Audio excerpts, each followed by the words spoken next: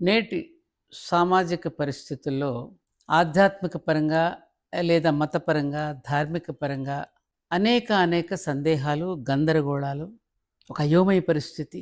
తలా ఒకటి తలా రకంగా చెప్పడం వల్ల చాలా ఇబ్బందులు ఎదుర్కొంటున్నాం అనిపిస్తోంది. ఈ మాట నేను అనడానికి గల కారణం ఏమిటంటే, చిన్నప్పుడు మనకి భగవద్గీతలో చెప్పినట్టు యజ్జదాచరిత శ్రేష్ఠ అంటే ప్రముఖులు పెద్దలైనటువంటి వాళ్ళు ఏది ఆచరించారో అది ఆచరించండి చాలు అని చెప్పారని, మా పెద్దలు అనూచానంగా వాళ్ళు తెలుసుకున్న విషయాలను మాకు చెప్తే మేము అది ఆచరిస్తూ వచ్చాం. నేల తల్లికి నమస్కరించడం, డబ్బులు కింద పడితే లక్ష్మీదేవిగా భావించడం, కళ్ళకద్దుకోవడం, అలాగే పేపర్ తొక్కితే సరస్వతీరా కళ్ళకద్దుకోరా అని మందలించడం, అలాగే ప్రతి దానిలోనూ ఒక దైవాన్ని చూసుకోవటం అనేటువంటి ఒక సంస్కారాన్ని మాకు పూర్వీకులు మాకు నేర్పించారు. అంటే మాలో ఉన్న ఒక మానవ ధర్మాన్ని మేలుకొలుపుతూ ఒక శిక్షణ ఇచ్చారు మా పెద్దలు, మా పూర్వీకులు. దాన్ని మేము ఆచరించుకుంటూ వచ్చాం, మన పిల్లలకి మనం చెప్తూ వస్తున్నాం. ఈ మధ్య కాలంలో కాస్త హిందుత్వం అనేటటువంటి పేరుతో ప్రజలలో ఒక మేలుకొలుపు తేవాలని, అంటే జరుగుతున్న నేపథ్యాలు, ఎందుకంటే రకరకాల దాడులు జరగడం, మన మన ఇతిహాసాలను దూషణలతో మాట్లాడడం, తిరస్కరించడం, రకరకాలుగా వాటి మీద జోక్సు, ప్రేలాపనలు ఇవన్నీ జరుగుతున్న నేపథ్యంలో మన అస్తిత్వాన్ని కూడా మనం కాపాడుకోకపోతే ప్రమాదం అని చెప్పి ఇప్పుడే మేలుకొని మనం హిందువుగా జీవించు, హిందువుగా గర్వించు అనే నినాదాలు బయటకు వచ్చాయి. అంతకుముందు లేవు ఇవి. ఇప్పుడు వివేకానందుడు అమెరికా దేశానికి వెళ్ళి చెప్పాడు, మన దేశం యొక్క ఔన్నత్యాన్ని చెప్పాడు, మనం గర్వపడడం జరిగింది. ఇలా ఇప్పుడు ఈ సోషల్ మీడియా వచ్చిన తర్వాత అనేక మంది, ఎందుకంటే చేతిలో ఉంటుంది ఫోను, ఎవరి ఎవరి దీంట్లో వాళ్ళు పెట్టేసేసుకుని మాట్లాడేసుకుంటున్నారు. ఆ వాక్ స్వాతంత్రం ఉంది, పెట్టుకోవడానికి మనం ఎవరో అబ్జెక్ట్ చేసేదానికి కూడా లేదు. వాళ్ళు నివారించలేని పరిస్థితి వచ్చేసింది అది. ఈ పరిస్థితులు ఇప్పుడు జరుగుతూ ఉన్నటువంటి నేపథ్యంలో ప్రస్తుత కాలంలో పిల్లలు అయోమయ పరిస్థితుల్లో పడిపోతున్నారు. నిన్న నా దగ్గరకు బాబు వచ్చాడు. అతను అడిగిన ప్రశ్నలు ఎంత సబబుగా ఉన్నాయో, అతని ఆవేదన ఏంటో కూడా నాకు అర్థమైంది. ఎందుకంటే యువకులను మేలుకొలుపుతూ మన ధర్మాన్ని మీరు గుర్తించండి, హిందువులుగా జీవించండి, గర్వించండి అని పెద్ద పెద్ద గొంతు చించుకొని అరుస్తున్నాం కదా మనం.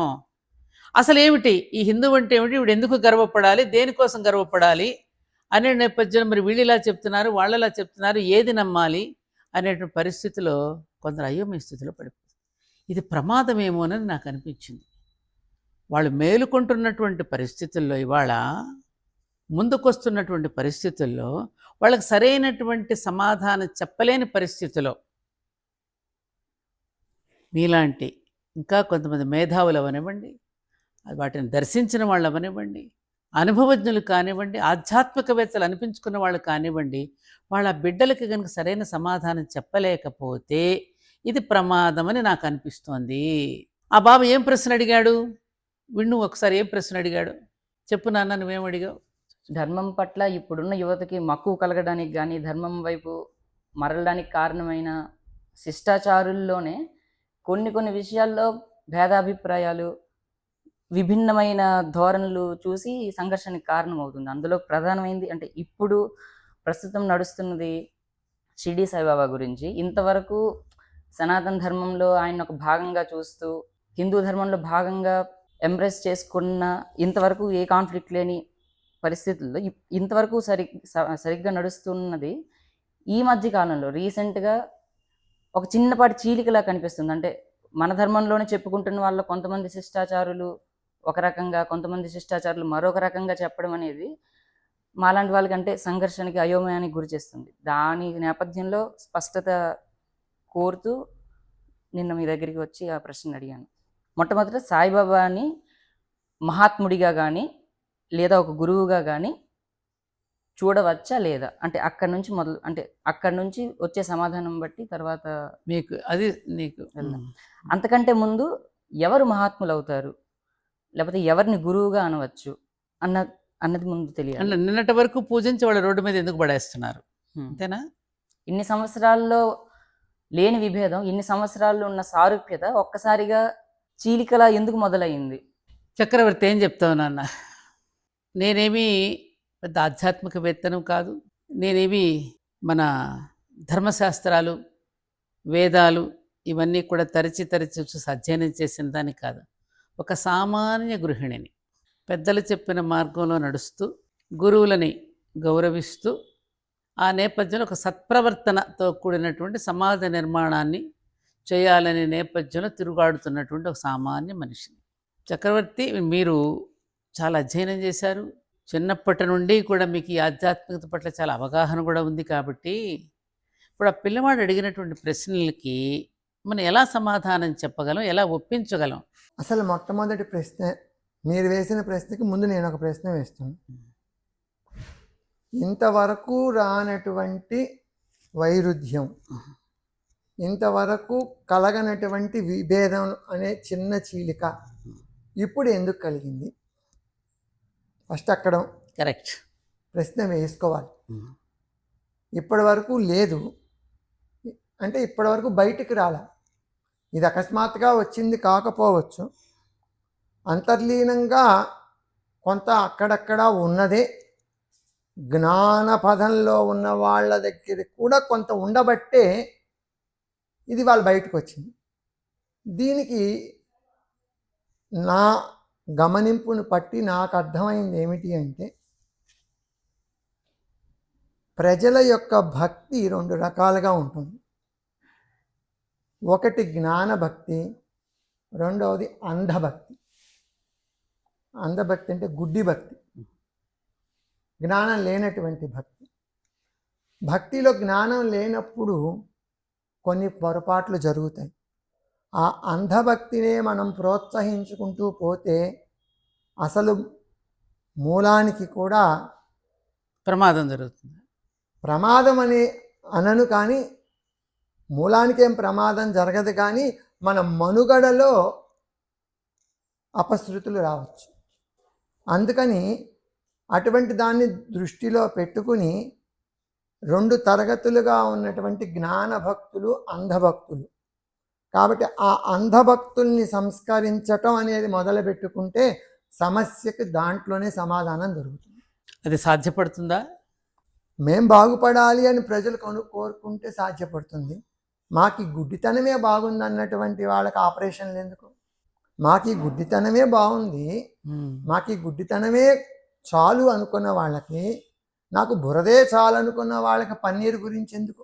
కనుక ఇప్పుడు మనం ఒక విషయాన్ని తెలుసుకోవాలంటే ముందు ఒక విశాల దృక్పథం ఉండాలి. ఒకటి, నాకు తెలిసింది తక్కువ కాబట్టి శాస్త్ర సహాయంతో నేను తెలుసుకోవాలనుకోవాలి. సహాయం ఎవరు? శాస్త్రం మనకి సహాయం. ప్రమాణం ఎవరు? శాస్త్రం ప్రమాణం. కాబట్టి శాస్త్ర ప్రమాణాన్ని తీసుకుని నేను ముందుకు వెళ్ళాలి అనుకోవాలి.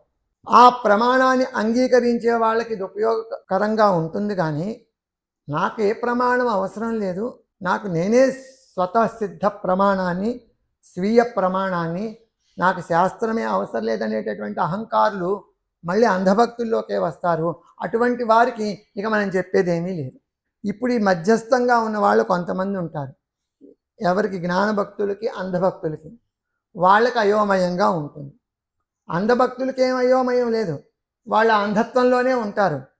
జ్ఞానభక్తులకి ఏ అయోమయము లేదు, వాళ్ళు జ్ఞానంలోనే ఉంటారు. అటు ఇటు కాకుండా మధ్యలో నలిగిపోతున్న వాళ్ళకి సమాధానం, ప్రశ్న. అంధ భక్తి అనొచ్చా? దానిని ఏమైనా విశ్వాసం అనొచ్చా? విశ్వాసం పునాదిగానే భక్తి పుడుతుంది కదా ప్రాథమికంగా. అందుకని మరి భక్తి అనగానే ఇబ్బంది పడద్దు. మనకి మూఢభక్తి, మూర్ఖభక్తి, జ్ఞానభక్తి అని. అందుకని ఇదంతా భక్తి అనేటటువంటి ఛత్రఛాయలోనే జరుగుతుంది. వీళ్ళు ప్రవర్తించిన భక్తి అనే ఛత్రఛాయలోనే ప్రవర్తిస్తున్నారు.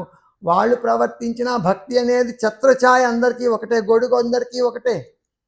వ్యాపారం చేస్తున్నా అదే గొడుగులో ఉన్నారు, సాక్షాత్కారం పొందుతున్నా అదే గొడుగు కింద ఉన్నారు. కానీ ఒకే గొడుగు కింద ఉన్నంత మాత్రాన అందరూ ఒకటి కాదు. ఈ అంధభక్తి సాయిని నమ్మిన వాళ్ళలో ఉంది, శ్రీరాముని నమ్మి పూజించిన వాళ్ళలో ఉంది, తరతరాలు అంటే అన్ని సెక్ట్స్లోనూ మన సనాతన ధర్మంలో అన్ని అంటే ఇది జ్ఞానభక్తిలో ఉన్న వాళ్ళు ఉన్నారు, అంధభక్తిలోనూ ఉన్న వాళ్ళు ఉన్నారు. సంస్కరించాల్సి వస్తే అంటే సమూలంగా అన్నింటినీ సంస్కరించాల్సిన అవసరం. ఒక్క మాట బాబు, నువ్వు మాటి మాటికి ఇప్పుడు ప్రజెంట్ టాపిక్ సాయి కాబట్టి సాయి సాయి అని తీసుకొస్తున్నాం మనం. అసలు ఇప్పుడు ప్రజెంట్ సమాజంలో ఎలా ఉంది అంటే అది అంధత్వం అన్నిల్లోనూ ఉంది. నువ్వు అన్నట్టు రాముడిని నమ్మే వాళ్ళలోనూ ఉండొచ్చు, కృష్ణుని నమ్మే వాళ్ళు ఉండొచ్చు, ఏ భక్తుడిని నమ్మి ఏ దేవుణ్ణి నమ్మినా. కానీ ప్రజెంట్ సమాజం దేని మీద నడుస్తుందంటే ఒక ట్రెండ్ మీద నడుస్తుంది. ఇది కూడా ట్రెండ్ అనేటటువంటిది ఒక సెటప్ అయిపోయింది ఆల్రెడీ.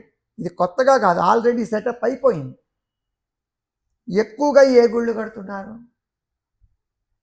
ఎక్కువగా ఏ దేవాలయాలు కడుతున్నారు. చిన్న చిన్న పల్లెటూళ్ళలో కూడా 1-2 గుళ్ళు ఎక్కువగా, అంటే ఎక్కువ ఏది ప్రచారంలోకి వస్తుంది, ఏది ప్రచార రూపం ధరించింది అది చెప్పు. ప్రస్తుత కాలమాన పరిస్థితులు 10, 20, 30 సంవత్సరాల నుండి హిందూ మతం అనే దాంట్లో ఏ భక్తి ఎక్కువగా ఉంది, ఎక్కడికి వెళ్ళే భక్తులు, ఏ గుడికి వెళ్ళే భక్తులు ఎక్కువ శాతం ఉన్నారో చెప్పు. సాయిని అంటే సాయి మందిరాలు రామాలయాలతో పోలిస్తే సాయి మందిరాలకి ఎక్కువ మంది. కాబట్టి ఇప్పుడు నిర్వివాదాంశంగా తేలిన అంశం ఏమిటి? ఎక్కువ ఏ గుళ్ళకి వెళ్తున్నారమ్మా? సాయి మందిరాలు. సాయి మందిరాలకే వెళ్ళి. అంటే ఇప్పుడు ఎక్కువ వెళ్ళే దగ్గర మనం సంస్కరణ మొదలు పెట్టాలి. ఆ ఎక్కువ వెళ్ళే దగ్గరే విపరీత ధోరణులు కనిపిస్తున్నాయి. ఎందుకంటే ఒక మాట చెప్తా వినండి.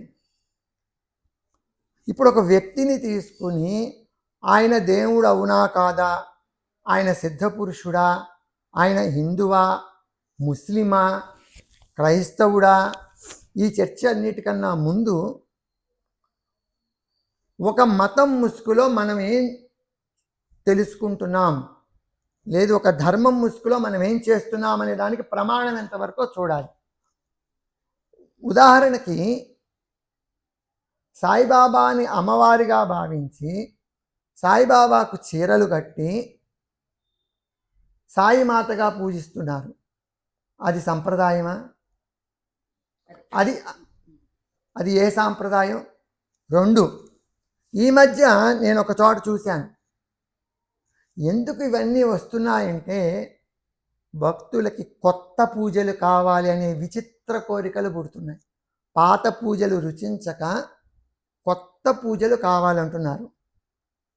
సాయిబాబాకి కళ్యాణం చేస్తున్నా ఉన్నారు. నాకు చాలా విస్తుతిపోయాను. మనకి తెలిసిన చరిత్రలో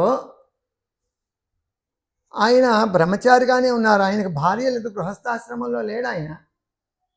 అంటే ఎవరు కళ్యాణం ఎలా చేస్తారయ్యా ఓ బ్రహ్మచారికి అంటే? శ్రద్ధాదేవి, సబూరీదేవి అని ఇద్దరిని పెట్టి మేము సాయికి కళ్యాణం చేస్తున్నామంటే బుర్ర తిరిగిపోయింది నాకు. మీరు నవ్వుతున్నారు, ఇది అపహాస్యం కాదు. జనుల యొక్క వికృత మానసతత్వం, వీళ్ళే అంధభక్తులు, వీళ్ళ అంధత్వాన్ని సమాజం మీద రుద్దుతున్నారు. దాని ప్రభావం ఎక్కడ ఉంటుంది? ఒకటి చెయ్యాలి అంటే, ఒక పని చెయ్యాలంటే తస్మాత్ శాస్త్రం ప్రమాణం. ఏ శాస్త్ర ప్రమాణంగా నువ్వు ఒకటి చేస్తున్నావు, శాస్త్ర ప్రమాణంగా జరుగుతున్నాయా అని ప్రశ్నిస్తే సమాధానం లేదు.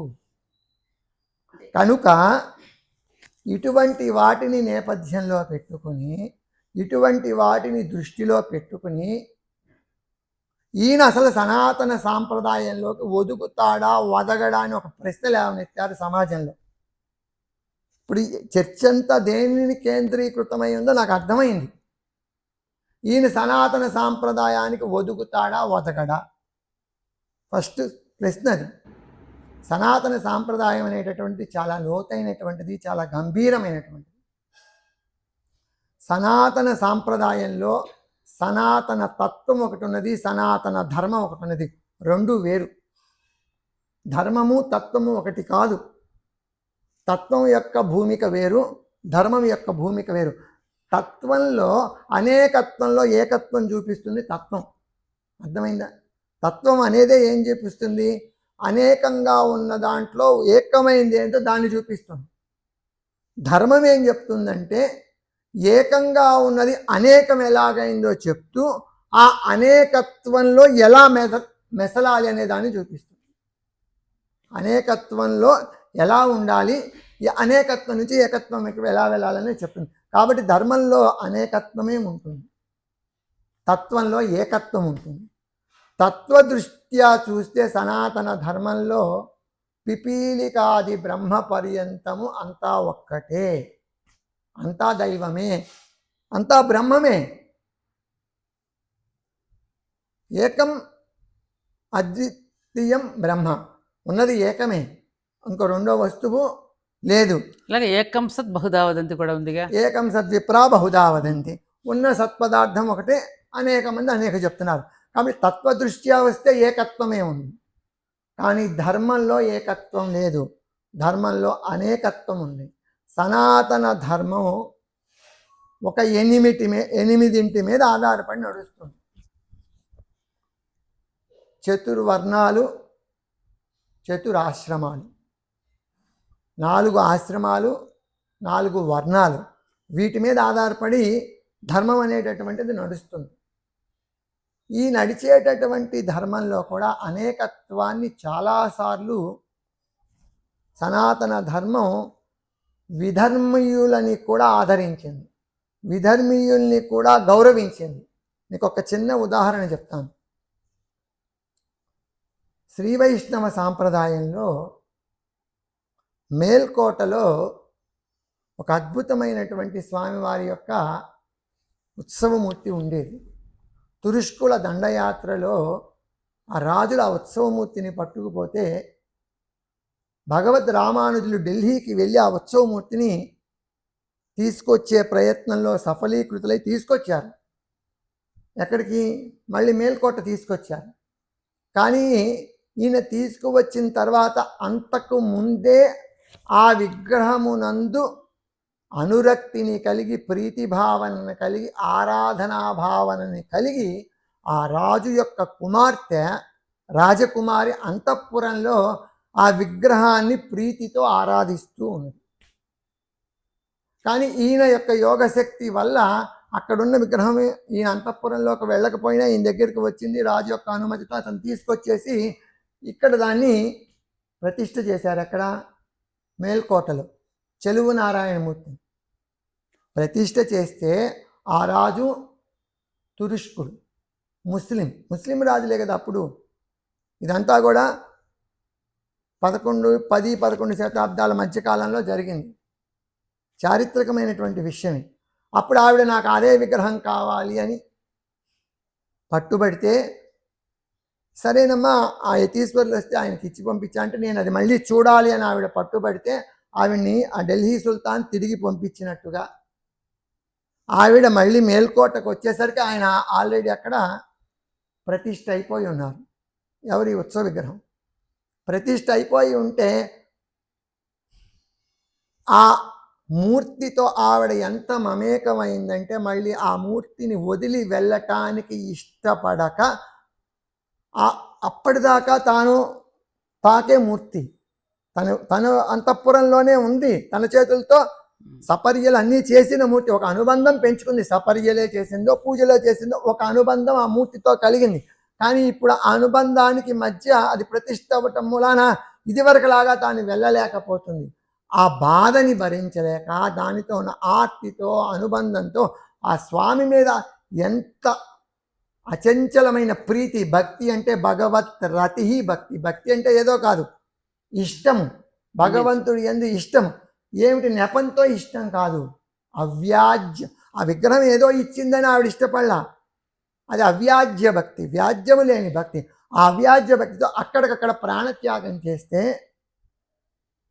భగవద్ రామానుజులు ఆవిడ యొక్క గొప్పతనాన్ని గుర్తించి, ఆవిడ ముస్లిం స్త్రీయా అన్న విషయాన్ని కూడా అతిక్రమించి బీబీ నాచియార్, నాచియార్ అంటే దేవేరి, ద్రవిడ భాషలో నాచియార్ అంటే దేవేరి, బీబీ అంటే ఆవిడ ఆ ముస్లిం రాజు యొక్క కుమార్తె కనుక బీబీ నాచియార్ అని ఆవిడికి ఒక గౌరవాన్ని, ఒక మర్యాదని, ఆవిడ భక్తికి ఒక నిలువెత్తు నిదర్శనాన్ని కల్పించి మేల్కోటలో ఆవిడకు ఒక ప్రత్యేకమైన సన్నిధి ఉంది. అలాగే శ్రీరంగంలో కూడా ఇదే కాన్సెప్ట్ మీద తురుష్కు నాచియార్, అక్కడ కూడా ఈవిడే ఉంది.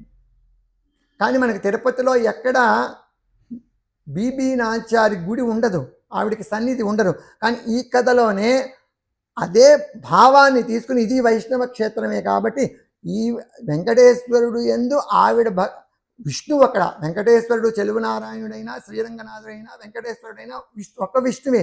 విష్ణువుకి అనేక పేర్లు. కాబట్టి ఈయనకి కూడా భక్తురాలు, ఈయన యందు భక్తి కలిగిందని మనం జానపదులు కథలలో వెంకటేశ్వరుడికి భార్య బీబీనాంచారం అని జనపదులు చెప్పుకోవటానికి, కానీ అక్కడ కళ్యాణము జరగలేదు, వాళ్ళిద్దరికీ కళ్యాణ క్రతువు జరగలేదు. ఒక గౌరవాన్ని ఇచ్చారు. దేన్ని బట్టి ఇచ్చారు? ఆవిడ యొక్క భక్తికి, అనన్య భక్తిని బట్టి. దాన్ని ఎవరిచ్చారు? ఆచార్య పురుషులు భగవత్ రామానుజులు దాన్ని గమనించి దానిలో ఉన్న నిష్కాపట్యాన్ని గుర్తించి ఇచ్చారు. ఇచ్చిన అక్కడ మర్యాద అక్కడ వరకే, దాని వ్యాపారంగా మార్చలా. బీబీనాంచారం అని ఒక దేవతగా మార్చి వీధి వీధులా వాడవాడలా బీబీనాంచారం గుడులు కట్టి ఆవిడకు ఒక వారం అంటూ పెట్టి, ఆవిడకు ఒక పురాణం అంటూ కట్టి, ఆవిడకు ఒక వ్రతం అంటూ కట్టి, ఆవిడకు ఒక వికృతమైనటువంటి రూపాన్ని కల్పించి ప్రజలలో అయోమయాన్ని కలిగించకుండా ఆచార్య పురుషుడు మర్యాద ఏమిటి, భక్తుడి మర్యాద ఏమిటి, భక్తుడంటే ఎవరు, భగవంతుడంటే ఎవరు అనేటటువంటి ఆ డిఫరెన్సియేషన్ ధర్మంలో ఉంటుంది. తత్వంలో ఏకత్వం. నువ్వు తత్వాన్ని చెప్తూ ధర్మాన్ని తత్వాన్ని కలగాపులగంగా చెయ్యొద్దు. కనుక ఒక మతంలో పుట్టినంత మాత్రాన సనాతన ధర్మంలో వాళ్ళని గౌరవించలేదనద్దు, గౌరవించారు. గౌరవించటం వేరు, స్థానం కల్పించటం వేరు. ఇప్పుడు ఇక్కడ మనకు వస్తున్నటువంటి ప్రశ్న అంతా కూడా సాయిబాబా గారి గురించి. సాయిబాబా వారిని కూడా సనాతన ధర్మంలో ఒక సాధువుగా, ఒక యోగిగా, ఒక సద్గురువుగా, గురువు అంటే జ్ఞానాన్ని బోధించేవాడు, అజ్ఞానాన్ని పారత్రోలేవాడు, అంతవరకు ఆ మర్యాద వరకు ఉంటే ఎవ్వరికి ఏ అభ్యంతరము లేదు. కానీ అక్కడ నుంచి మనం అఖిలాండ కోటి బ్రహ్మాండ నాయక అనే స్థాయికి మన వెర్రిని తీసుకెళ్ళిపోతే వచ్చే జనరేషన్లో, వచ్చే తరంలో అసలు హిందూ మతం అంటే ఏంటి? సాయే హిందూ మతమా? ఎందుకంటే ఇందా మనం అనుకున్నాం, ఎక్కువ గుడులు ఏవి వస్తున్నాయి, ఎక్కువ కల్ట్ ఏది వస్తుంది. గురు పౌర్ణమికి ఎవరిని పూజించాలి? గురు పూర్ణిమకి ఎవరిని పూజించాలి? ఇక్కడ గురు పౌర్ణమిని వ్యాస పౌర్ణమిగా జరుపుకోమని చెప్పిందే సాయిబాబా. కానీ ఇప్పుడు ఈ వ్యాసుడిని పూజిస్తున్నామా? పూజించటల్లా. ఎవరిని పూజిస్తున్నాం? కరెక్ట్, మీరు చెప్పి అక్కడ క్లారిఫికేషన్ కావాలి. ఎవరిని ఆయన పూజిస్తున్నాం? చెప్పింది వ్యాసుడినే పూజించమన్నారు, ఆయనని పూజించమని ఆయన చెప్పలేదు. అసలు మనం ఆయన్ని సరిగ్గా అర్థం చేసుకోవటం, అది కరెక్ట్. ఆయనని సరిగ్గా అర్థం చేసుకోకుండా ఇలా మాట్లాడితే తప్పుగా అర్థం చేసుకున్న ఒప్పు చెప్పాలి కాబట్టి చెప్తున్నాను. ఇదేదో ఎక్కడో ప్రసారం చేయాలని మాధ్యమాల్లోకి వెళ్ళాలని కాదు. నీకు వచ్చిన సందేహం 4 గోడల మధ్య తీర్చుకోవటం కోసమే. ఎందుకంటే ఇది మళ్ళీ బయట పెడితే వాళ్ళు చెప్పినటువంటి మాటని కూడా ఈకకి ఈక, పీకకు పీకా పీకి వాళ్ళ మీద కూడా విపరీతమైన కామెంట్స్ వింటున్నాము. అది చాలా బాధగా ఉంది. ఎందుకంటే వాళ్ళ స్థాయికి దరిదాపులకి కూడా వెళ్ళలేని వాళ్ళు ఇదొక్కటి పట్టుకుని వాళ్ళని నోటికొచ్చినట్టు మాట్లాడుతున్నారంటే వాళ్ళ అంధభక్తి, వాళ్ళ గుడ్డి భక్తి, వాళ్ళ అజ్ఞానపు భక్తి ఎంత ముదిరిపోయిందో తెలుస్తుంది. కనుక ఇప్పుడు చెప్తున్నటువంటి విషయం ఏమిటంటే ఆయన ఎక్కడా ఏది అడుగుతున్నాడు అదే అంటే ఒక స్పష్టత కోసం పూజించే ధోరణి పూజనీయమా కాదు అది తర్వాత చూద్దాం. అంటే ఈ మొత్తం టాపిక్ని 2-3 విడివిడి అంశాలుగా మాట్లాడితే కొంచెం స్పష్టత వస్తుంది. మొట్టమొదటిదైతే సాయిబాబాని ఒక గురువుగా, ఒక మహాత్ముడిగా, ఒక సిద్ధ పురుషునిగా గౌరవించవచ్చు, గౌరవించవచ్చు. అది యాక్సెప్ట్ చేయబడింది.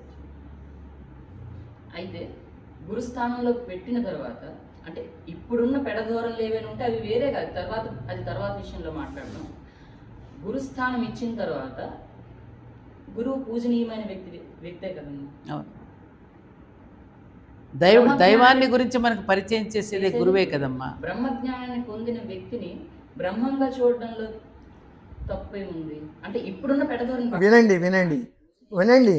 బ్రహ్మజ్ఞానం కలిగిన వ్యక్తిని బ్రహ్మముగా భావించటంలో తప్పు లేదు. కానీ బ్రహ్మముగా ఒక అర్చనా విధానాన్ని ఏర్పరిచి దానిని ప్రచారం చేయటం ఎవరు ఒప్పుకోలే. ఈ ప్రశ్నకే వస్తున్నా. అసలు సాయిబాబా గారే, అసలు ఆయన పేరు సాయి కాదు, నా పేరు సాయి అని ఆయన ఎక్కడా చెప్పలా. ఎవరో అలా పిలిచారు. మహల్సాపతి పిలిచాడు, ఎవరో కాదు. దీనికి మనకి షిరిడీ సంస్థాన్ వాళ్ళు ప్రచురించినటువంటి సాయి సచ్చరిత్ర అనే గ్రంథం ఎప్పుడొచ్చింది? 1916వ సంవత్సరంలో వచ్చింది. గోవిందరావు రాధాకృష్ణ దబోల్కర్ అనేటటువంటి ఆయన ఈ పుస్తకం రచించాడు. ఆయనకే ఈ సాయిబాబా గారు హేమాడ్ పంత్ అని పిలిచారు ఆయన్ని. ఆయన అసలు పేరు హేమాడ్ పంత్ కాదు. హేమాడ్ పంత్ అనే ఆయన ఒక మహానుభావుడు. అక్కడ మహారాష్ట్రలో కట్టేటటువంటి దేవాలయాలు హేమాడ్ పంత్ శైలిలో ఉన్నాయని కూడా చెప్తారు. ఒక్కొక్క ఆలయం మనకు ఒక్కొక్క శైలిలో ఉంటుంది, ద్రావిడ శైలి, నాగర శైలి. అట్లా మహారాష్ట్ర వైపు హేమాడ్ పంత్ శైలి అనే మాట కూడా ఉంది. నిన్న మనం ఆ మాటల్లో ఈ హేమాడ్ పంత్ ఆ హేమాడ్ పంత్ ఒకటేనా అని కూడా మనకి ఒక చిన్న అనుమానం వచ్చింది.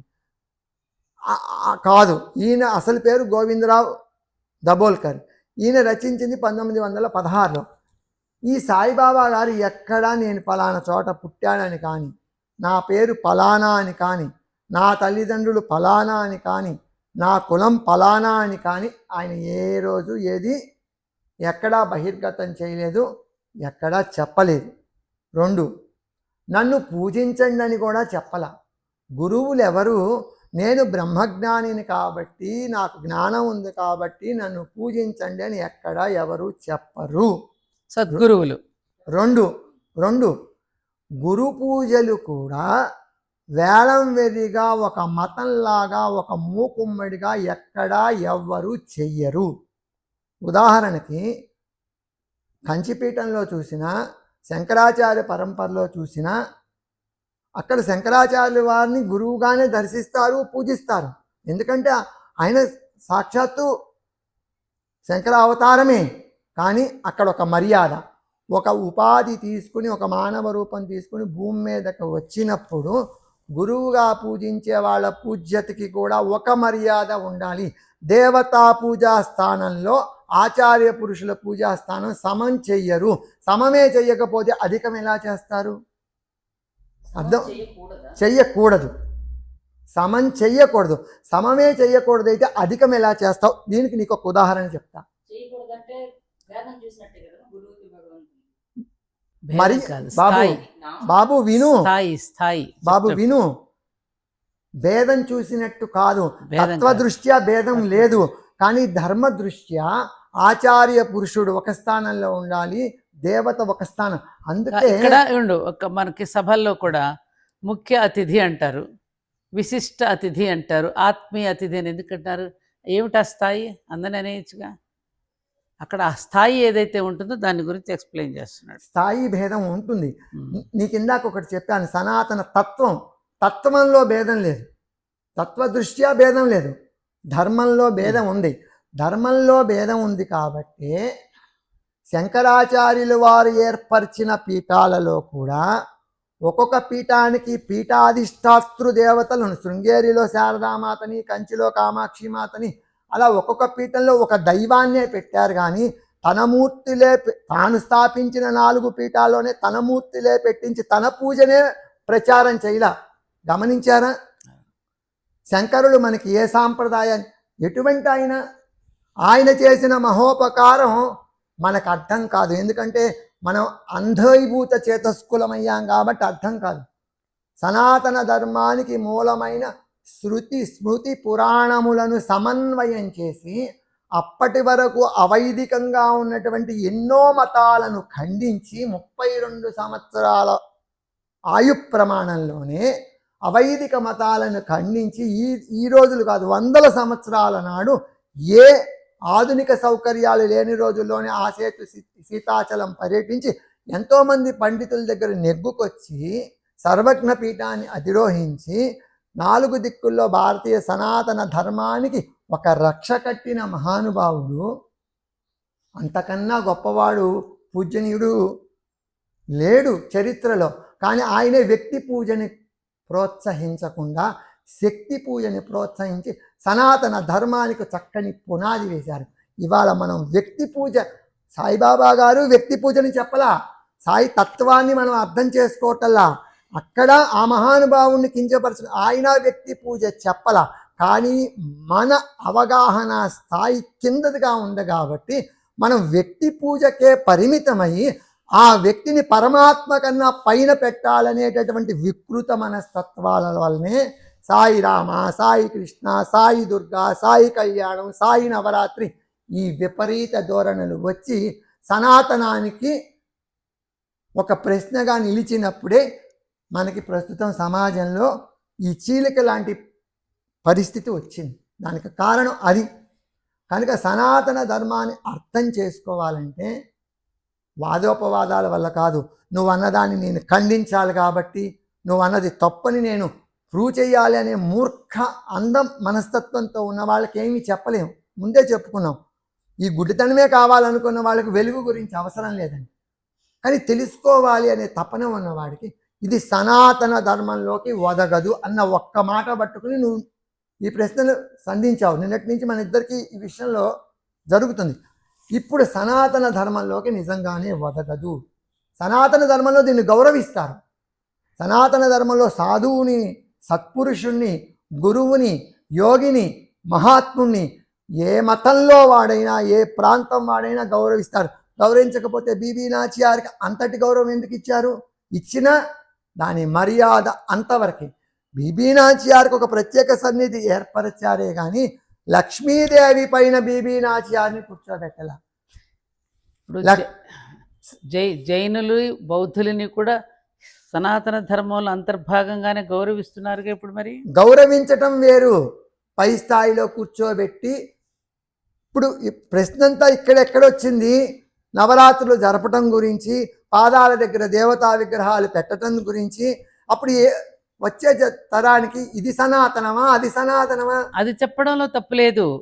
అసలు పూర్తిగా అసలు సామాన్య ప్రజల దగ్గరికి వెళ్ళి, ఇప్పుడు ఒకటి ఇక్కడ ఉన్నటువంటి ఒక చిన్న మాట నేను మీకు అడ్డొస్తున్నానేమనుకోవద్దు. ఒకప్పుడు సమాజంలో జరిగినటువంటి ఒక పెద్ద నష్టం ఏమిటంటే, ఈ జ్ఞానం ఉన్నటువంటి వాళ్ళు, దైవత్వం అనేటటువంటి వాళ్ళు కలిగినటువంటి వాళ్ళు, గురువులు కానివ్వండి, పండితులు కానివ్వండి, వీళ్ళెవరూ కూడా సామాన్యులను దరిచేరనివ్వలేదు. ఇది కేవలం ఈ భూమి మతాచారులు, పండితులు మాత్రమే తలలు పట్టుకున్న భూమి కాదు కదా. ఇప్పటి వరకు పామర జనులందరూ అందరినీ ఆమోదిస్తున్నారు. అటు శైవాన్ని, ఇటు వైష్ణవాన్ని అందరినీ పూజిస్తారు. రాయిలోనూ రప్పలోనూ కూడా దైవాన్ని చూసి చెట్టుకి మొక్కుతున్నారు, పుట్టకే మొక్కుతున్నారు, రాయికి మొక్కుతున్నారు. మరి వాళ్ళలో ఈ విభేదాలేమీ లేవు కదా. వీళ్ళందరూ కూడా వాళ్ళకి దరిచేర్చుకుని, ఇందులో ఉన్న మర్మాన్ని, ధర్మాన్ని వాళ్ళకి దరిచేర్చుకుని చెప్పగలిగి కనుక ఉంటే అసలు వీళ్ళందరూ ఇటువైపుకు పరిగెత్తి వెర్రితలలు వేసేదా?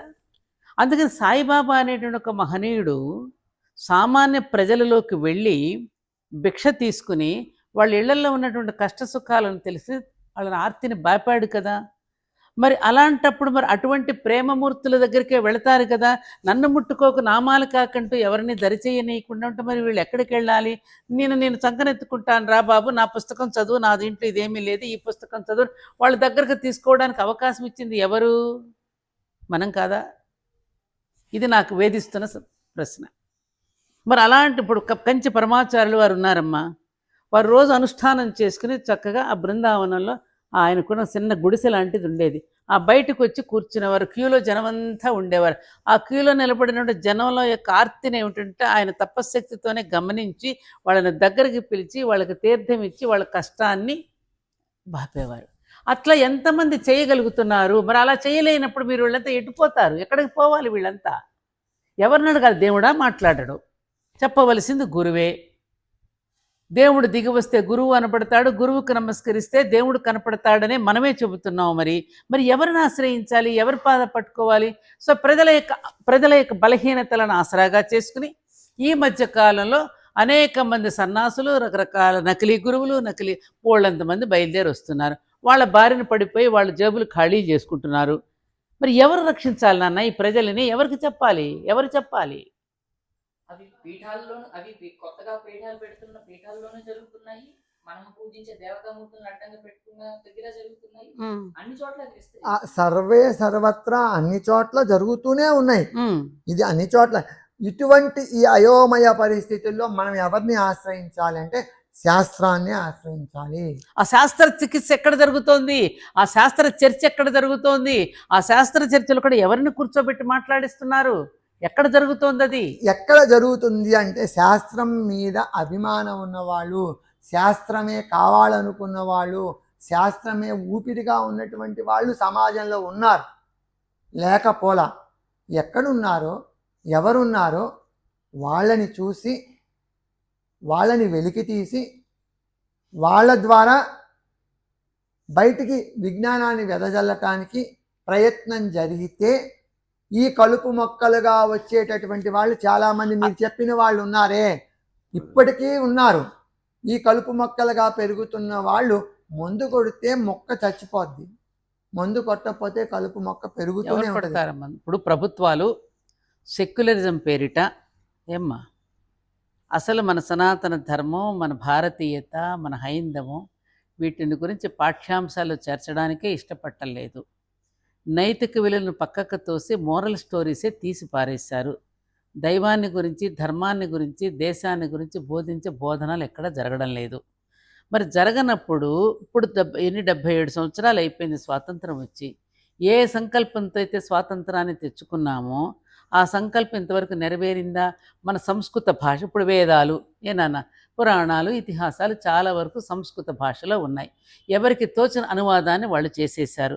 రామాయణంలోని నిక్షిప్తాలు సంక్షిప్త ఏమంటారు సంక్షిప్తాలు రామాయణంలోని ప్రక్షిప్తాలు చేర్చారు.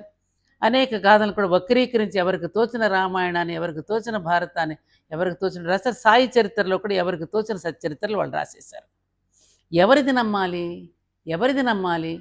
ఏ గ్రంథాన్ని మనము ఆధారంగా చేసుకుని చెప్పాలనేది కూడా ఒక ప్రశ్నార్థకం అయిపోయింది చక్రవర్తి గారు. ఏమ్మా అయిపోయింది అది. దానివల్ల ఏంటంటే ప్రజలు అయోమయంలో పడిపోతున్నారు. అది కదా ప్రభుత్వం ఏమైనా దీనికి ఏమైనా చర్య తీసుకుంటోందా? అసలు ప్రభుత్వాలు ఏమి చర్యలు చెయ్యరు. సరే, పీఠాలు ఉన్నాయి. ఎవరైతే ఏ శంకరాచార్యులు వారైతే ఆ కాలంలో ఉన్న అయోమయ పరిస్థితి నుండి దేశాన్ని బతికి మళ్ళీ బట్టకట్టడానికి 4 మూలల పీఠాలు ఏర్పరిచి ఏదైతే అందించమని చెప్పారో, మరి ఆ పీఠాల నుంచైనా కనీసం సామాన్య ప్రజలకు అందుబాటులోకి వచ్చి వాళ్ళైనా చెబుతున్నారా? వాళ్ళు సామాన్య ప్రజలను దరికే చేరనివ్వరు. నన్ను ముట్టుకోకంటూ ఆ పక్కన ఉన్న భక్తులు పక్కకు తోసేస్తూ ఉంటారు. మరి ఎవరిని అలాంటి సమయంలో ఒక ప్రేమమూర్తి, ఒక కరుణామయుడు బయటకు వచ్చి నేనున్నాను రా మీ అందరికీ అని చెప్పి నీ చేత రామ కళ్యాణాలు చేయించాడు, దీపాలు వెలిగించాడు, ఖండోబా ఆలయానికి అందరినీ పంపించాడు. ఎవరు నమ్మిన సిద్ధాంతాన్ని వాళ్ళు సక్రమంగా చేయండి అని చెప్పాడు తప్ప నేనే దేవుడినని ఆయన చెప్పలేదు. మరి అటువంటి మహనీయుడిని పట్టుకుని దూషణ భూషణలు చేసి నిన్నటి వరకు పూజించి ఇవాళ తీసుకొచ్చి రోడ్డు మీద పడేస్తే ఇది భక్తి అవుతుందా? నిన్నటి వరకు విశ్వాసంతో పూజ చేశావు, ఎవరో ఏదో అన్నారని తీసుకొచ్చి మళ్ళీ మూలను బారేస్తున్నావు. ఆయన ఏం చెప్పాడు? అసలు ఏం చెప్పాడు? ఆయన మాటలు వింటే ఒక్కొక్కటి ఇప్పుడు ఎక్కడ సనాతన ధర్మానికి వ్యతిరేకంగా ఏది మాట్లాడలేదే ఆయన. ఇప్పుడు అది శిష్టాచారులు కూడా కలిసి వచ్చి ప్రజలకు స్పష్టత ఇద్దామని కూడా శిష్టాచారుల్లోనే అందరూ కలిపి ఒక వేదిక మీదకి ఎందుకు రావట్లేదు? ఒక మాట మీద కనుక ఇప్పుడు అధిష్టానం ఏది చెబితే అదే కార్యకర్తలు మాట్లాడాలని ఒక పార్టీలు ఒక ఎజెండా ఎలా అయితే పెట్టుకుంటున్నారో, ఈ స్వామీజీని మఠాధిపతులందరూ ఒకే ఎజెండాతో అందరూ కలిసి ఒక చోటకు వచ్చి ఇది ఆచరించవలసిన విధానం ఇది అని చెప్పుకొని ఎవరైనా చెప్పారా ఇప్పటి వరకు? ఎవరు భగవద్గీత వాడు బోధిస్తున్నాడు తప్ప. మేము సామాన్యులు నాన్న, మాకేం తెలుసు, మేమేం చదువుకోలేదు.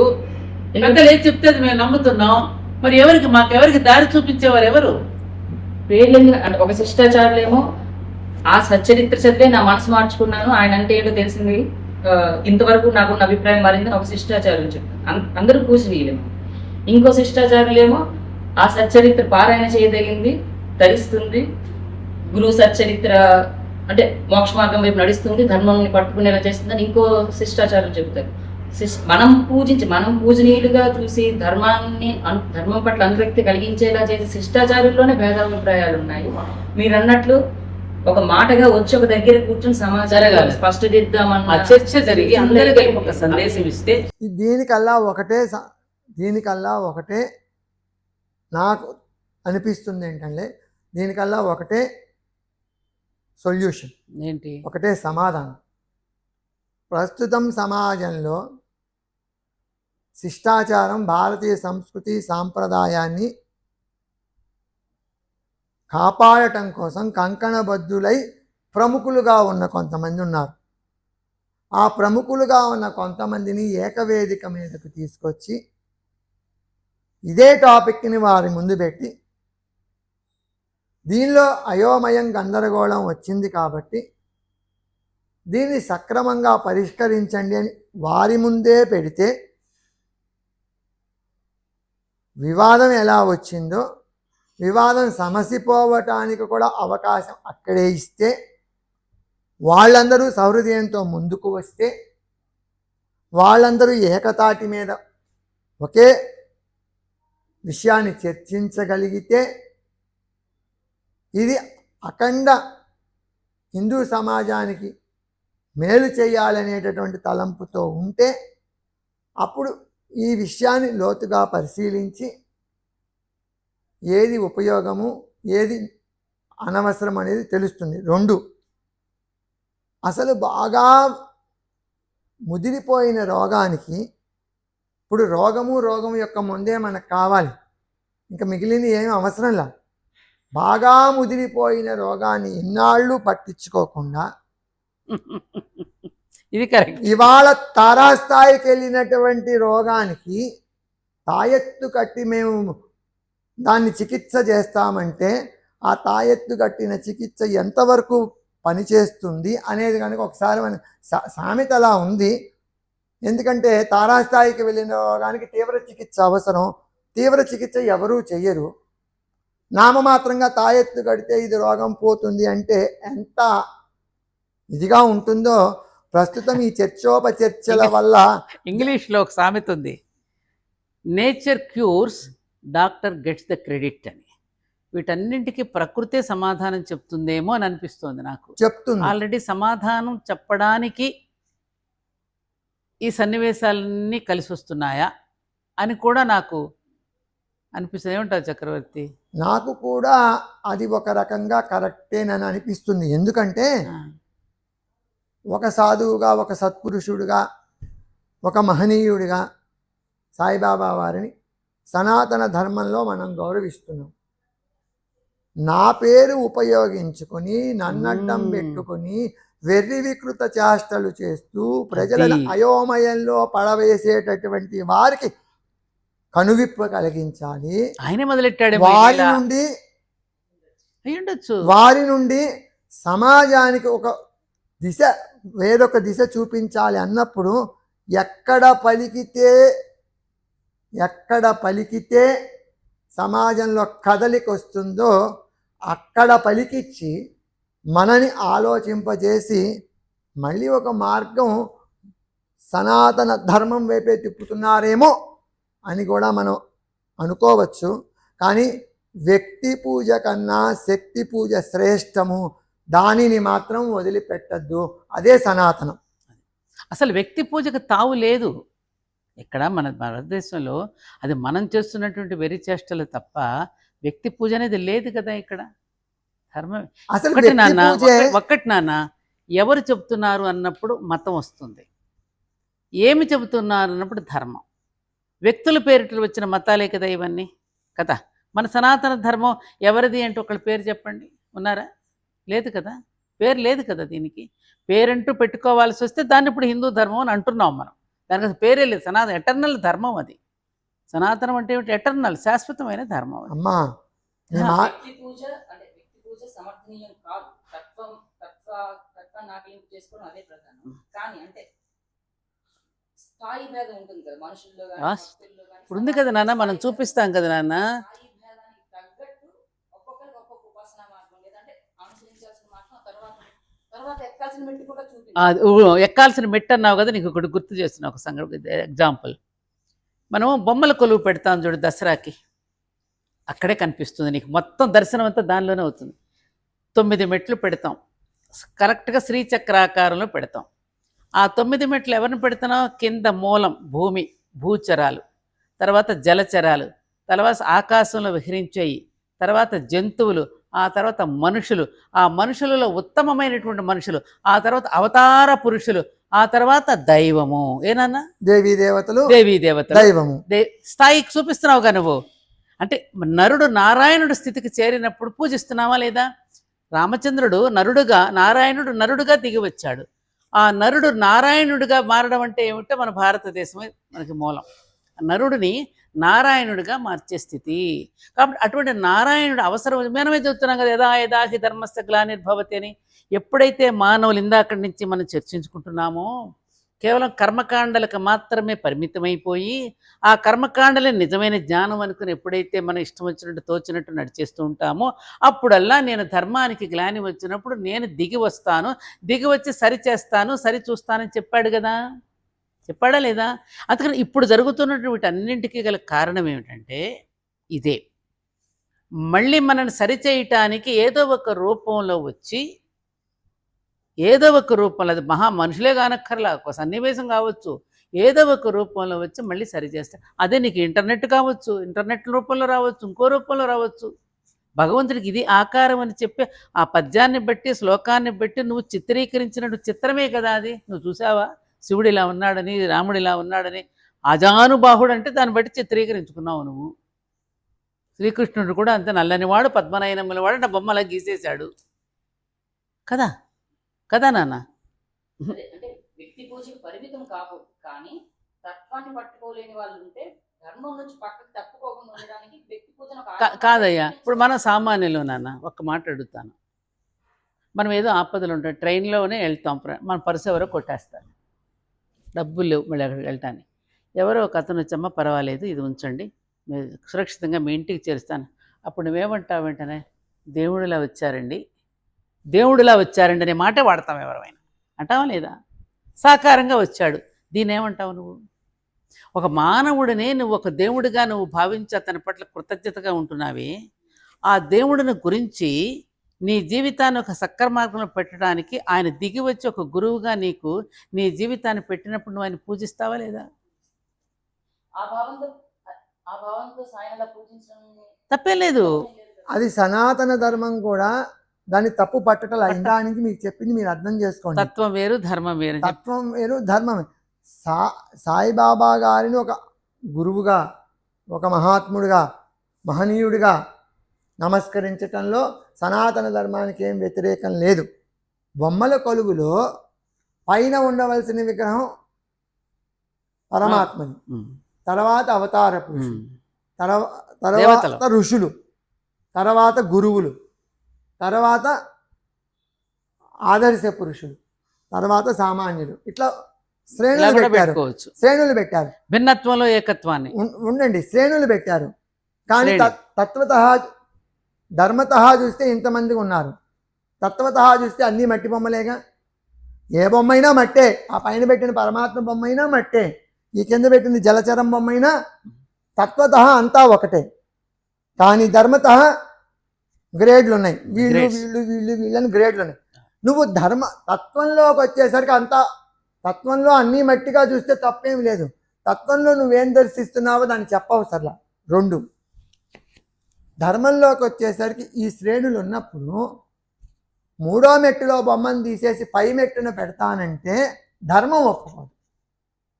మూడో మెట్టులో బొమ్మను తీసి పైన పెడతా అంటే ధర్మం ఒప్పుకోదు. మరి భక్తుల్లో కూడా శ్రేణులు ఉంటారు కదా, కొంత ఆ పైకి అందుకోలేని వాళ్ళు ఉంటారు, ఇది అందుకోలేని వాళ్ళు ఉంటారు. వాళ్ళ స్థాయికి చెప్పచ్చు కదా అంటే వాళ్ళ స్థాయికి వీళ్ళని చూపించి చెప్పడంలో తప్పు లేదు. తక్కువ స్థాయి వాడికి నువ్వు అంత దారుణంగా అందుకోలేవనుకో, ఈ గ్రామ దేవతని ఎల్లమ్మని పోచమ్మని దండం పెట్టుకో, ఈవిడే పరాశక్తి దండం పెట్టుకో అంటంలో తప్పు లేదు. కానీ కనకదుర్గనే నేను పక్కన పెట్టేసి కనకదుర్గ స్థానంలో ఎల్లమ్మని పోచమ్మని పెడతానో, లేకపోతే ఆ పై స్థానంలో వాళ్ళని తొలగించి ఇక్కడ ఈ ఆలంబనగా చెప్పింది ఆయన అది సుప్రీం చేస్తానంటే కరెక్ట్ కాదు. ఇప్పుడు గ్రామ దేవతను పూజించే వాళ్ళు అంటే వేరే దేవతల పట్ల వాళ్ళకి తృణీకరణ భావం కానీ ద్వేషభావం కానీ ఉండకపోవచ్చు, కానీ వాళ్ళకు తెలిసిన గ్రామ దేవత ఎవరైతే వాళ్ళు నిత్యంగా పూజించుకుని తరతరాలు వాళ్ళ కల్చర్లో పూజించుకుంటూ వచ్చిన గ్రామ దేవతని వాళ్ళకి తెలిసిన ఫైనల్ అల్టిమేట్ గాడెస్ ఆ రూపమార్గం పూజించడం తప్పు లేదు, తప్పు లేదు. అదే భావంతో సాయిని కూడా పూజించుకోవడంలో తప్పు లేదు. కానీ ఇక్కడ ఇంకోటి ఉంది. ఇప్పుడు ప్రశ్న ఎందుకు వచ్చిందంటే సమాజంలో బహుళ ప్రచారంలోకి వచ్చి అనేక మంది దానిలోకే వెళ్తూ దీన్ని మనం అంగీకరించడం లేదు. కానీ సమాజంలో ఇదొక కల్ట్ తయారైంది. సాయి కల్ట్ అనేది ఒక కల్ట్ తయారై అబ్రహమిక్ రిలీజియన్స్ ఉన్నాయి మనకి. అంటే ముస్లిం, క్రిస్టియన్ మతాలు అబ్రహమిక్ వాళ్ళకి ప్రమాణం కాబట్టి వాళ్ళ ఆ జూసు, క్రిస్టియన్స్, ముస్లిమ్స్ వాళ్ళకు అదొక మత విధానం. ఆ మతానికి ఒక పవిత్రమైన గ్రంథం ఉంటుంది, ఆ మతానికి ఒక ప్రవక్త ఉంటాడు. ఆయనే సత్యం, ఆయనే నిత్యం, ఆయనే అన్నిటికీ సర్వస్వం, ఇక ఆయనకన్నా లేదు. ఇదే తత్వాన్ని, ఇదే వెర్రిని ఇప్పుడు సమాజంలో ఈ భక్తి ముసుగులో ప్రచారం చేసేవాళ్ళు చాలామంది ఎక్కువైపోయి ఒక వారం, ఒక పుస్తకం, ఒక రూపం, దీన్ని సనాతనంలో చొప్పిస్తూ సనాతన దేవీ దేవతలతో కలపాల్సిన అవసరం ఏమిటి? ఆయనే పరమాత్మ అనుకో అంతవరకు. ఇప్పుడు గురువే పరమాత్మ అనుకున్నావు, అక్కడితో ఆగు. ఆ మర్యాదను అక్కడికి పాటించు. ఆ గురువే రాముడు, ఆ గురువే కృష్ణుడు, రాముడు కన్నా ఎక్కువ, శివుడు కన్నా ఎక్కువ, అమ్మవారి కన్నా ఎక్కువ. ఆయనకే చీర కడతాను, ఆయనకే కళ్యాణం చేస్తాను, ఆయన్నే అఖిలాండ కోటి బ్రహ్మాండ నాయకుడు అంటాను. ఇక్కడే మనకి ఈ వివాదం అంతా వస్తుంది, ఇక్కడే ఈ చర్చ అంతా వస్తుంది. ఇంత ముదరక ముందు ఈ టాపిక్ బయటికి రాలా. 20-30 సంవత్సరాల నుంచి పిల్లలు చేసే తప్పులకు తల్లిదండ్రులకి బాధ కలుగుతుంది కదా. ఇప్పుడు పిల్లలు చేసే తప్పులకి తల్లిదండ్రులకి కళంకం వస్తుందిగా. అలాగే ఈ శిష్యులు చేసే తప్పుల వల్ల, ఈ భక్తులు చేసే తప్పుల వల్ల ఆ మహాత్ముడికి కళంకం తెస్తున్నారు అనమాట. ఆ మహాత్ముడు అసలు తన పేరే చెప్పలా, ఊరే చెప్పలా, ఉనికే గుర్తించలా. ఇప్పుడు ఆయన ఉనికిని గుర్తించిన అంటే ఒక రకంగా ఆయన పూజించబోయి, ఆయన ఆరాధించబోయి, ఆయనకి ఒక రకంగా ఆయనకి దోషం చేస్తున్నావా? అంతే అంతే అంతే. ఆయన పేరుతో వ్యాపారం మొదలుపెట్టి ఆయన్ని అవమానిస్తున్నాం. ఇక్కడ ఇంకొక తలెత్తుతుంది, మర్చిపోయా బాబు. ఇంకొక ప్రశ్న ఏంటంటే, ఇంకొక వర్గం నుంచి వస్తున్నటువంటి ఒక పెద్ద ప్రశ్న ఏమిటంటే, ఇంతకాలం లేనటువంటి ఈ సాయిబాబా మీద వచ్చేటటువంటి ఈ దుమారం ఏదైతే వస్తుందో, ఇన్ని సంవత్సరాలు, 100 సంవత్సరాలు, 1918 కదా వారు వెళ్ళిపోయింది. ఇప్పుడు కొత్తగా ఎందుకు పెడుతున్నారనే దాని మీద కొంతమంది అభిప్రాయపడుతూ ఏమంటారు, అభిప్రాయం వెళ్ళబుచ్చుతున్న విషయం ఏమిటంటే, ఈ బాబాని పూజించడం వచ్చిన తర్వాత చాలామందికి ఫాలోయర్స్ లేరని స్వామీజీలు కానివ్వండి, ఇంకా ఎంతోమంది ఉంటారు కదా, వాళ్ళ శిష్యగణాలు కానివ్వండి, మా ఆశ్రమాలకు ఎవరు రావడం లేదు, అంతా సాయిబాబాకి డివోటీస్ పెరిగిపోతున్నారనేటటువంటి ఒక దీంతో కూడా ఇటువంటివి లేవనెత్తుతున్నారు అనేటటువంటిది కూడా బాగా వస్తుంది అటు ఒక పక్క నుంచి. దీనికి ఏమని చెప్తారు సమాధానం? అంటే కన్వర్షన్స్ కూడా ఆగిపోయినాయి కదా అమ్మా. ఇది రకరకాల కోణాల్లో ఎవరు ఎన్నైనా. ఇప్పుడు ప్రపంచవ్యాప్తంగా కోట్ల మంది భక్తులు ఉన్నారు ఆయనకి. నేను ఒకటే అడుగుతాం చక్రవర్తి, ఈ కోట్ల మంది భక్తులు కూడా ఎవరు? అందరూ హిందువులే, అందరూ హిందువులే. ఇప్పుడు దానివల్ల ఏమవుతుంది? ఎవరికి దెబ్బ తగులుతుంది? సనాతన ధర్మానికి. సనాతన ధర్మం యొక్క స్వస్వరూపం లేకుండా నిన్ను డామినేట్ చేసి ఇంకొక దాన్ని పెట్టి ఆ ఫ్రేమ్ లో సనాతనాన్ని సనాతన ధర్మం యొక్క స్వరూపాన్ని ఆయన తెలియచేశాడు కదా. ఆయన తెలియజేసిన స్వరూపాన్ని బయటకు తీసుకురాకుండా ఆయన్ని పెట్టి వ్యాపారం చేస్తున్నాం, అర్థం చేసుకోండి. ఆయన్ని పెట్టి వ్యాపారం చేస్తున్నాం, ఆయన్ని పెట్టి గుళ్ళు కడుతున్నాం. సాయిబాబా గారు ఎక్కడైనా నాకు గుడి కట్టమని చెప్పారా? ఫలానా విధానంగా నా విగ్రహ ప్రతిష్ఠ చేసి నాకు గుడి కట్టమని ఎక్కడన్నా చెప్పారా? ఇప్పుడు మనం అడిగే టాపిక్లో ఆయన చెప్పారా? దానికి సమాధానం చెప్పండి. ఎవరు చెప్పరు, ఏ సద్గురువు చెప్పరు, ఏ సద్గురువు చెప్పడయ్యా. ఆయన గురువులలో సద్గురువులు వేరయ్యా. వినండి, పూర్తిగా వినండి. ఆయన ఎక్కడా చెప్పలా. ఆయన అసలు తన ఉనికినే ఎక్కడా బహిర్గతం చెయ్యలా. తన ఉనికిని కానీ తన దీన్ని కానీ బహిర్గతం చెయ్యలే ఎక్కడా. మరి ఎక్కడా నాకు గుడి కట్టండి అని చెప్పనటువంటి ఆయనకి ఇన్ని గుడులు ఎందుకు కడుతున్నావు? ఒక్కటి ప్రశ్న, ఇన్ని గుడులు ఎందుకు కడుతున్నావు? బాబు, నువ్వు రాముడిని తీసుకురావద్దు, విను, పూర్తిగా విను, దాన్ని దీన్ని పోల్చద్దు. ఒక పోలిక పోల్చటానికి కూడా సమస్థాయి ఉండాలి. ఎందుకు చెప్తున్నానంటే రాముడు ఒక భగవంతుని యొక్క అవతారం, విష్ణువు యొక్క అవతారం. రామాయణం అత్యంత ప్రాచీనమైనది, ఎప్పటి నుంచో ఉన్నది. 2, రాముడు గుళ్ళు ఇన్ని కట్టబడటానికి బోల్డ్ సమయం తీసుకుంది. అనేక చక్రవర్తులు అనేక కాలాల్లో కట్టారు. ఇప్పుడు మనం చెప్పుకుంటున్నటువంటి ఈ సాయిబాబా గారి గుడులు ఒక 100 సంవత్సరాలు కూడా కాదు, 60-70 సంవత్సరాలలో ఇంత విపరీతంగా వచ్చేసినాయి, ఇంత వైపరీత్యంతో వచ్చేసినాయి అంటే దీనికి దానికి పోలిక చెప్పద్దు. ఇది భక్తి ముసుగులో మనమేం చేస్తున్నామన్నది ప్రశ్నించుకోవాలి. దీన్ని సమర్థించటము కాదు, విమర్శించటము కాదు. సాయిబాబా ఆలయాలలో అన్నదానాలు చేస్తున్నారు, ఉచిత వైద్య శిబిరాలు పెడుతున్నారు, మంచి పనులే చేస్తున్నారు, చదువులు చెప్పిస్తున్నారు. అమ్మ వాళ్ళు మంచి పనులే చేస్తున్నారు. మీరొక మాట అంటున్నారు. వీరికన్నా ముందు రోడ్డును బండిన అనాథలకి శరణాలయాలు కట్టి ఉన్నాయి, వినండి, ఆసుపత్రులు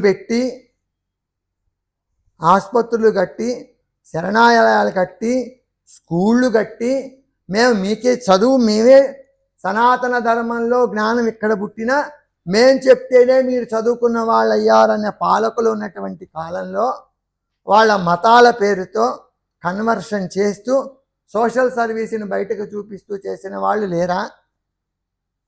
క్రిస్టియానిటీలో జరిగింది అదే కదా. క్రిస్టియన్ మిషనరీస్ యొక్క మెయిన్ ఉద్దేశం ఏంటి? వాళ్ళు అలాగే చేశారు. ఇప్పుడు అన్నదానాలు జరుగుతున్నాయి, సోషల్ యాక్టివిటీ గురించి కాదు. నువ్వు జ్ఞానాన్ని పంచుతున్నావు అనేది మూఢభక్తులని అంటున్నారు కదా. మేము మూఢభక్తులుగానే కాదు, సాయిబాబా సేవ చేయమన్నాడని మేము బాబా చెప్పిన విధంగా మేము సేవ చేస్తున్నాం కదా, మేము చేసే తప్పేంటని అంటున్నారు వాళ్ళు. తప్పు ఏమిటో చెప్పాం, మూఢం అనేది ఏంటో నేను చెప్పాను. వ్యక్తి పూజ మూఢము, శక్తి పూజ అమూఢము. నువ్వు వ్యక్తిని పెడుతున్నావు, నువ్వు సాయిబాబా రూపాన్ని పేరుని పెట్టి రామ సాయి కృష్ణ సాయి అంటున్నావు, అది కరెక్ట్ కాదు. ద్వారకా మాయి అని అన్నాడు కదమ్మా, అన్నాడు. అది వేరు. మీరు దేనికో ముడిపెట్టద్దు. ముడిపెట్టల భక్తులు అడిగే ఆయన ద్వారకా మాయ నివృత్తి చేయడానికి చెప్తున్నా నేను. ఆ భక్తులలోనే ఒక వివేకము విచక్షణ తీసుకురావాలి. కానీ ఆయన ద్వారకా మాయి అన్నాడు కానీ దుర్గామాయి అనలేదుగా. నేను దుర్గని, నాకు దుర్గగా పూజ చేయమని అన్నాడా? నేను దత్తుడిని, నాకు దత్తుడిగా గుడి కట్టమని అన్నాడా? పూజ చేయమని చెప్పలేదు. మరి పూజ లేనప్పుడు గుళ్ళు ఏంటి, పూజా విధానం ఏంటి? ఒక గుడి కట్టిన తర్వాత గురువారం పూజ చేస్తే గోత్రనామాలతో. సరే చక్రవర్తి, నేను జస్ట్ ఓన్లీ మన చర్చ కోసమే మాట్లాడుతున్నా. ఏ వ్యక్తికైనా ఒకరి మీద విపరీతమైన ఒక గౌరవం కానీ ప్రేమ కానీ కలిగినప్పుడు ఆ ప్రేమను వ్యక్తం చేయటానికి ఒక కర్మ అవసరం అవుతుంది. ఏదో ఒక దండ రూపంలో దండేస్తాడు, నాకు ఇంత జ్ఞానం ఇచ్చాడు, ఇంత ఆస్తి ఇచ్చాడు కాబట్టి ఆయన తీసుకెళ్ళి ఒక కేరీ పెట్టాలనిపిస్తుంది, ఆయనకి బట్టలు పెట్టాలనిపిస్తుంది, ఆయనకి పాదాలు కడిగి నెత్తిన పోసుకోవాలనేటువంటి అనుభూతి అనేటటువంటి గుండెల్లో లేకపోతే భక్తుడు చెయ్యడు కదా. అమ్మా మీరన్నది వినండి, మీరన్నది కరెక్టే. నాకు మీ మీద అభిమానం ఉంది, నాకు మీరంటే గౌరవం ఉన్నది. అభిమానం గౌరవానికి కూడా ఒక మర్యాద ఉన్నది, ఒక హద్దు ఉన్నదా లేదా? ఉంది. నాకు మీరంటే అభిమానం అని, మీరంటే గౌరవం అని పదే నలుగురు ఉన్నప్పుడు నలుగురు లేనప్పుడు పదే వచ్చి మీ పాదాలో మీ చేతిలో 10 మందిలోనూ ముద్దు పెట్టుకుంటా ఉన్నాను అనుకో, పద్దాకా వచ్చి అది అభిమానం గౌరవం వ్యక్తం చేసే పద్ధతే కదా. కొంతమంది పాదాలు ముద్దు పెట్టుకుంటారు, అట్లా కాదు.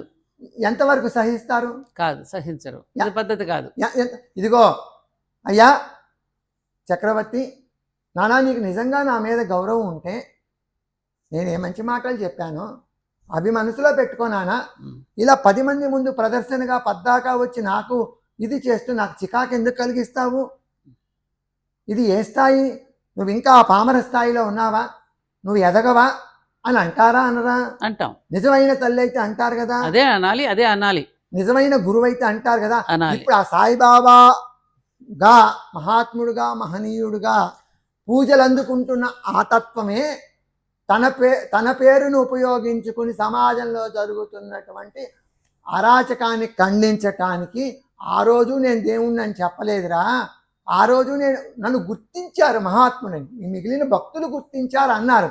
ఇవాళ మీరు నా పేరు పెట్టుకుని జరుగుతున్నటువంటి అకృత్యాలకు అడ్డు వేయటం కోసమే నేను దేవుణ్ణి కాదు అనే ఇంకొక వాదన సమాజంలో నేనే తీసుకొచ్చి ముళ్ళుని ముళ్ళుతోనే తీయాలి, ఇది బాగుంది. వజ్రాన్ని వజ్రంతోనే ఖండించాలి అని నా దానికి నేనే సంస్కరణ చేస్తున్నారనే ఇది వచ్చింది. అదే ఇందాక అనుకున్నాగా, అలా అయితే ఆయనే క్యూర్ చేస్తాడు. అర్థమైందా కృష్ణ నీకు ఇప్పుడు? అలా అయితే ఓకే. అదే నాన్న, అందుకని అదే మనం జరుగుతోంది. ఇంత ఖరాఖండిగా చెప్పినట్టు అంటే ఇప్పుడు నాకు తెలిసింది ఉమ్. ఇలా ప్రముఖులుగా అనుకునే వాళ్ళు ఎవరైతే ఉన్నారో, ఆ, పెద్ద పెద్ద పెద్ద శిష్టాచారులు ఎవరు ఉన్నారో వాళ్ళంత ధైర్యంగా వచ్చి ఒక స్పష్టంగా కొన్ని స్టేట్మెంట్స్ ఇలాగ ఇచ్చి ఒక స్పష్టతని ఇలా ఇస్తే బాగుంటుంది. ఇలాంటి ఇప్పుడు నువ్వు కన్విన్స్ అయ్యావా? కాబట్టి ఇగో నిన్న నేను ఒక ఎగ్జాంపుల్ చెప్పాను చూడు పరమాచార్య. ఈ విశ్వానికి ఒక యజమాని ఉన్నాడు, ఆ యజమాని చూస్తాడు లాభ నష్టాల గురించి అని అన్నారా లేదా? ఇప్పుడు ఆ యజమాని తన కార్యక్రమాన్ని మొదలుపెట్టాడు. అర్థమైందా? ఆ విశ్వం అనేటటువంటి యజమాని ఎన్ని రూపాలలో కనిపిస్తాడో, ఒకే రూపంలో కనపడ్డ విశ్వానికి ఉన్న యజమాని అనేక రూపాలు. ఏ రూపంలో వచ్చి దీనికి చెక్కు పెట్టాలో ఆ రూపంలో వచ్చి చెక్కు పెడతాడు ఆయన. కాబట్టి ఇవన్నీ మన నోటి ద్వారా పలికించి పలికించి పలికించి మన చక్రవర్తి చెప్పినట్టుగా అదే జరుగుతోంది. ఇప్పుడు అమ్మగారు చెప్పినట్టు అంటే మహాత్ముడు అంటే ఎవరి నుంచి అయితే ప్రేమను పొందామో లేకపోతే ఎవరి పట్లైనా దాన్ని వ్యక్తపరచాలనుకున్నప్పుడు అలాంటివి కొన్ని కార్యరూపంగా గావిస్తాయి. గురుస్థానంలో అలా ఉన్న ఆయన పట్ల అలాంటి భావంతో గుడి కట్టి పూజిస్తారు. అంటే పెడదూరాలన్నీ తర్వాత, అంటే అది నెక్స్ట్ టాపిక్ చూద్దాం. మామూలుగా గుడి కట్టి ఆయన పూజనీయ స్థానం నుంచి పూజ చేయడంలో తప్పు లేదు కదండి. గుండెలో గుడి కట్టుకుని గుండెలో పూజించు, ఒకటి. రెండు, భౌతికంగా నువ్వు గుడి కడితే, భౌతికంగా గుడులు కూడా అందరూ కట్టేవాళ్ళు కాదు. ఇది కూడా ఒక టాపిక్ మనం మాట్లాడుకోవాలి. పూర్వం ఎవరు గుళ్ళు కట్టారు? మీరు చరిత్ర ఒకసారి చూడండి. రాజులే గుడులు కట్టారు. ఎందుకు? రాజుల దగ్గర ధనం సమృద్ధిగా ఉండేది. వాళ్ళ దగ్గర ధనం ఉంది కాబట్టి వాళ్ళు ఖర్చు పెట్టగలిగేవాళ్ళు.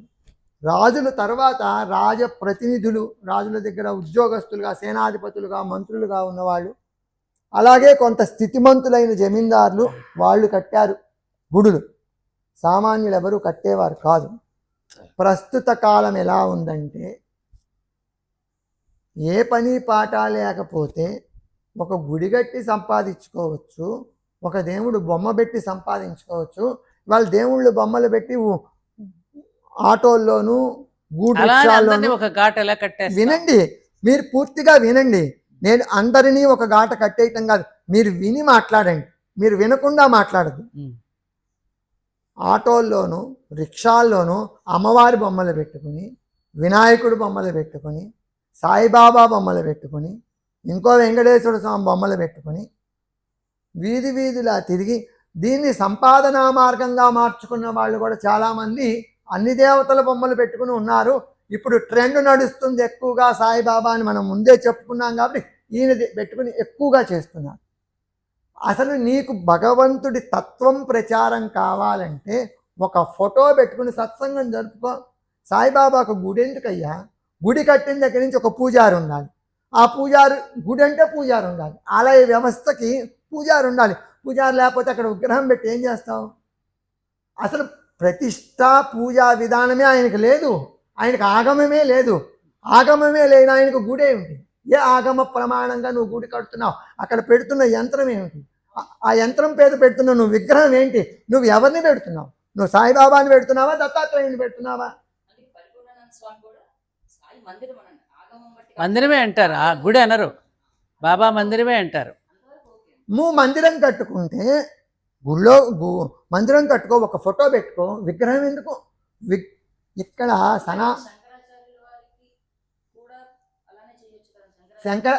నువ్వు శంకరాచార్యుల వారిని పోలుస్తున్నప్పుడు ఒక మాట చెప్తాను. శంకరాచార్యుల వారికి సామాన్యులు ఎవరు గుడి కట్టరు.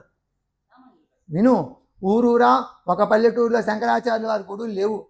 శంకరాచార్యుల వారికి గుడులు ఎవరు కడతారంటే శంకరపీఠ పరంపరలో ఉన్న వాళ్ళు కడతారు. నువ్వు శంకరాచార్యుల వారిని వీరిని సమస్థాయిలో పోల్చదు. చెప్తా విను, దానికి కూడా కారణం ఉంది, దీనిలో భేదం ఉంది. శంకరుడు ధర్మ సంస్థాపనార్థమై వచ్చి 32 సంవత్సరాలలో అద్వితీయమైనటువంటి చరిత్ర ఎవరూ చేయలేని చేసి చూపించారు. ఆ నడవడిక మన సాయి సచ్చరిత్రలో కనపడదు. ఆయన ధర్మం కోసం శంకరుడు అని అర్థం చేసుకోవాలంటే we must have a different plane of mind. 32 సంవత్సరాల్లో అసంభవాన్ని సంభవం చేశాడు. అప్పటికి కూడా ఇటువంటి గజిబిజి, ఇవాళ మనం ఒక్క సాయి అనే గజిబిజి గందరగోళం పెట్టుకున్నాం. ఒక్క సాయి గజిబిజి గందరగోళం కాదు, 72 అవైదిక మతాల గజబిజి గందరగోళంలో భారతదేశం అంతా అట్టుడికి పోతుంది. శైవమా, వైష్ణవా, శాక్తేయమా, గాణాపత్యమా, కాలముఖమా, కపాలికమా, ఇలాంటి జైనమా, బౌద్ధమా, అరిహంతమా, చార్వాకమా, కొన్ని పేర్లు మనకు తెలియని కూడా తెలియదు.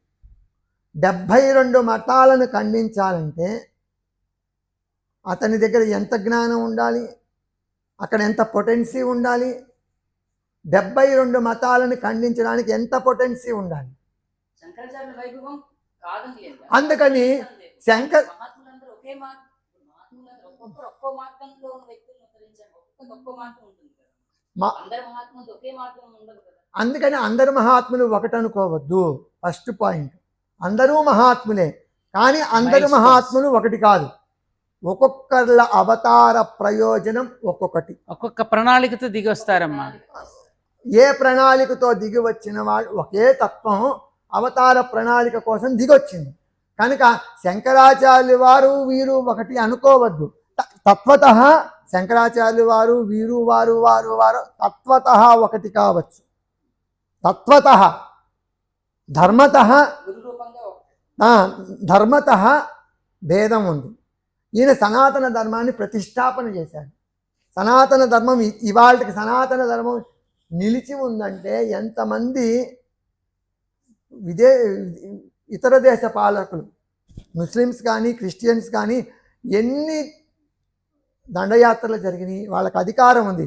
ప్రజలను ఊచకోత కోసేశారు, గుడులు ధ్వంసం చేసేశారు, జ్ఞానం కలిగిన వాళ్ళని చావగొట్టేశారు, స్త్రీలని, సామాన్య ప్రజలని నానా హింసలు పెట్టారు.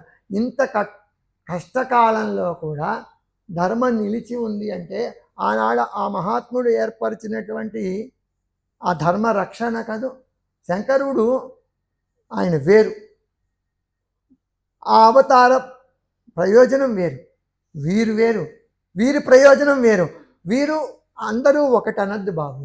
తత్వతః అందరూ ఒకటి, నువ్వు తత్వతః ఒకటి, కానీ వ్యవహారతః ధర్మతః ఎవరెవరు వాళ్ళే. తత్వంతో చూస్తే అన్నీ మట్టి బొమ్మలే, ఆ బొమ్మ మట్టే, ఈ బొమ్మ మట్టే.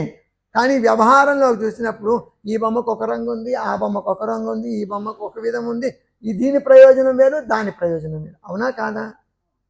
అందుకని వ్యవస్థీకృతంగా ఒక ప్రక్షాళన చేసి వ్యవస్థ నిలబెట్టడానికి ఆ పర్పస్ తో వచ్చిన శంకరాచార్యుల అవతారం ఆ పని చేసింది. ఇంకొక మహాత్ముడు అతని దగ్గర, అంటే అతనున్న అప్పటి సమాజాన్ని, లేకపోతే అతని దగ్గరికి వచ్చిన వాళ్ళని సంస్కరించడానికి, వాళ్ళని అక్కడ వరకు అది సరిపోయింది. అక్కడ ధర్మం అది, ఇక్కడ ధర్మం ఇది. కానీ వీళ్ళు గుడి కడితే శంకర పీఠాల్లో గుడులు కడుతున్నారు, అర్చిస్తున్నారు, కట్టచ్చు. అది ఇక్కడ అప్లై అవ్వదు. ఎందుకు అవ్వదో కూడా చెప్తాను. శంకరాచార్య వారి పరంపరలో గుడులు కడితే అది సనాతన ధర్మంలో యతి సాంప్రదాయానికి చెందిన ఆయన. యతిరపి గురువు, యతి గురువు. గురువు కూడా సాధారణ గురువు కాదు, జగద్గురువు. జగద్గురువు అంటే ధర్మాన్ని రక్షించడం కోసం ఈశ్వరుడు ధరించినటువంటి పూర్ణ అవతారం. అవతార ప్రయోజనం పూర్ణంగా కనపడుతుంది. ఇక్కడ అవతార ప్రయోజనం మనకి పూర్ణంగా వ్యక్తం కాల. యతి స్థానంలో అంటే మనం అనుకున్న చాతుర్వర్ణంలో ఒక వర్ణంలో యతిగా ఉన్నారు కాబట్టి ఆయన గుడి కట్టడానికి అర్హుడు, ఆ వర్ణాశ్రమానికి బయట ఉంటే అర్హుడు కాదనండి. అంటే నేను సామవేదం వారి అత్యాశ్రమం గురించి కూడా చెప్పారు. అత్యాశ్రమం వేరు, ఇక్కడ ఇది చెప్పుకుంటున్న అత్యాశ్రమం వేరు. దీనికి దానికి రమణ మహర్షులు కూడా సనాతన సాంప్రదాయంలో ఉన్నారు. రమణ మహర్షులు కూడా అత్యాశ్రమి అయినా తన మీద చెప్పమ్మా, అరుణాచలేశ్వరుడి మీదే పెట్టాడు. అరుణాచల గిరి ప్రదక్షిణమే చేశారు. రమణ మహర్షి కూడా ఎక్కడ ఊరూరా గుళ్ళు కట్టరు. పీఠాల్లోనే శంకరుడి యొక్క ఇది ఉంటుంది, కానీ ఊరి మీద పడి ఉండవు. అవును. అలా సాయిని గురువుగా భావించిన వాళ్ళు గుర్తుపెట్టుకుంటే తప్పేం? గుడి అవసరం లేదు. శంకరుడికి ఒక యంత్రం ఉంది, శివ యంత్రం ఉంది, దుర్గా ఆగమాలు నిర్ధారించింది ఆగమాల అంటే ఆగమాలు శంకరాచార్య గురించి ఆగమాల్లో ప్రస్తావన ఉంది. శంకరాచార్యుల గురించి మనని శివరహస్యంలో ప్రస్తావన ఉంది. శంకరాచార్యుల వారి గురించి ఆగమంలో కూడా ప్రస్తావన ఉంది. శంకరాచార్యుల వారి పుట్టక ముందు కూడా శివరహస్యంలో శంకరాచార్యుల ప్రస్తావన ఉంది. 22 మే శంకరుడు శంకరాచార్యుడిగా అవతరిస్తాడని ఉంది. శంకరుడు భవిష్యత్ అవతారంలో, భవిష్యత్తులో శివుడు తీసుకోబోయే అవతారంలో శంకరాచార్య దోహాలని అవతారంలో ఒక ఇడుతుండేది. ప్రస్తావన ఉంది అక్కడ. అందుకని రుద్రయంత్రం మీద ఆయన పెడతారు. అది సశ్లోకంగా ఉంది. అలాగే ఇప్పుడు షిరిడి సాయిని దత్తాత్రేయ స్వామి అవతారంగా అది ఎక్కడుంది ప్రస్తావన? ఆ మంచిదే కదా. ప్రస్తావన సశ్లోకంగా పురాణంలోనే ఉండాలిగా. అది ప్రమాణం ఎక్కడుంది? వాళ్ళు కూడా కాదా? వాళ్ళని అవతారం అనే దానికి ఇప్పుడు ఇంకో కాన్సెప్ట్ ఉంది బాబు. అవతారం అనేటటువంటి దానికి ఇప్పుడు ఇంకో కాన్సెప్ట్ ఉంది. దత్తుని యొక్క అవతారంగా మహారాష్ట్రలో దత్తావతారంగా ప్రతి గురువుని దత్తావతారంగా భావిస్తారు. ఎందుకంటే ఆ సహ్య పర్వత ప్రాంతమే దత్తాత్రేయ స్వామి వారు సంచరించిన ప్రాంతం కాబట్టి ఎవరిలో జ్ఞానం యొక్క అంశ ఉన్నా వాళ్ళని దత్తావతారంగా భావిస్తారు. అది అంశ, కళ, పూర్ణ అవతారం అనేది మన అవతారాల్లో రకాలు ఉన్నాయి. జ్ఞానమే పూర్తిగా ప్రబోధిస్తే పూర్ణావతారం అంటారు. అంశావతారం అంటే కొంత జ్ఞానం చెప్తూ కొంత సాధారణంగా ఉంటే దాన్ని అంశావతారం అంటారు. ఇంకా తక్కువగా ఉంటే కళావతారం అంటారు. సాధు ప్రతి ఒక్కడికి ఇంగిత జ్ఞానం ఉంటుంది కాబట్టి ప్రతి ఒక్కడు కళావతారమే. మన పై స్థాయిలో ఉన్నవాడు అంశావతారం, ఇంకా పై స్థాయిలో ఉన్నవాడు ఆవేశావతారం, ఇంకా పై స్థాయిలో ఉన్నవాడు పూర్ణావతారం. ఇలా అవతారాల్లో కూడా దత్తాత్రేయ స్వామి అవతారంగా షిరిడి సాయిని భావించవచ్చా లేదా అంటే ప్రామాణికత ఏమని అన్నారు. ప్రామాణికత ఏంటంటే ఇప్పుడు అయితే శ్రీపాద వల్లభుల్ని నృసింహ సరస్వతి స్వామిని కూడా దత్తాత్రేయ స్వామి అవతారంగా స్వీకరించవచ్చా లేదా అన్న ప్రశ్న.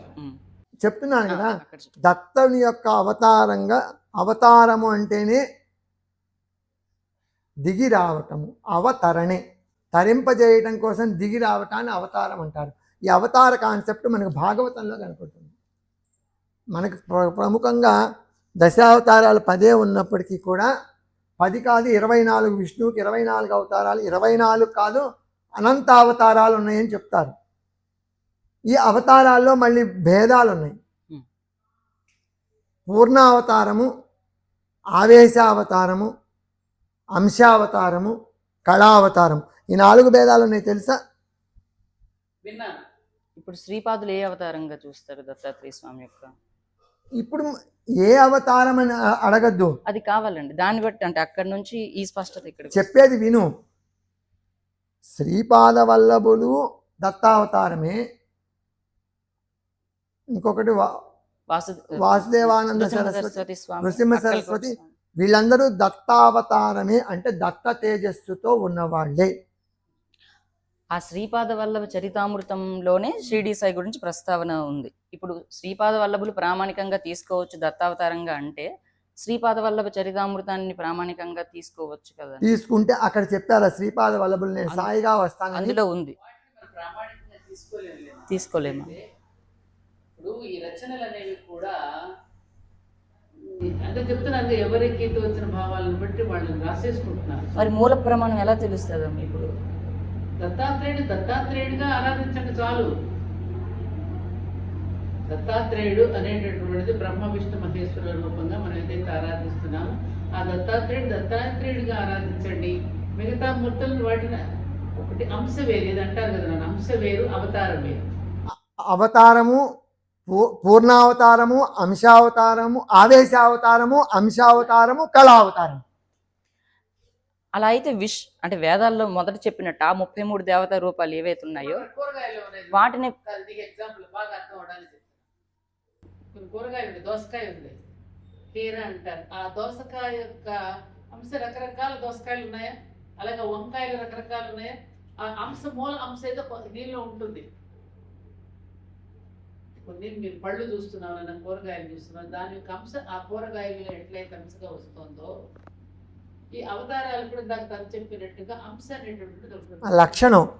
ఇప్పుడు మనం అంటే తాతగారి అంశాలు ఈ వీడియోలో ఉందిరా, కొంతమందిని చూస్తే కొన్ని లక్షణాలను చూస్తే వాళ్ళతో మనం పోలుస్తాం, ఆ పోలికలు కనపడతాయి మనకి, దాని అంశం అంటాం. అంతే తప్ప దాంతో పూర్తిగా దత్తాత్రేయుడు యొక్క అవతారమే నేను అనడానికి ఎలా అంటాము, ఏది ప్రామాణికంగా తీసుకుంటాను, ఇవన్నీ ఓవర్ యాక్షన్స్ అంటారు.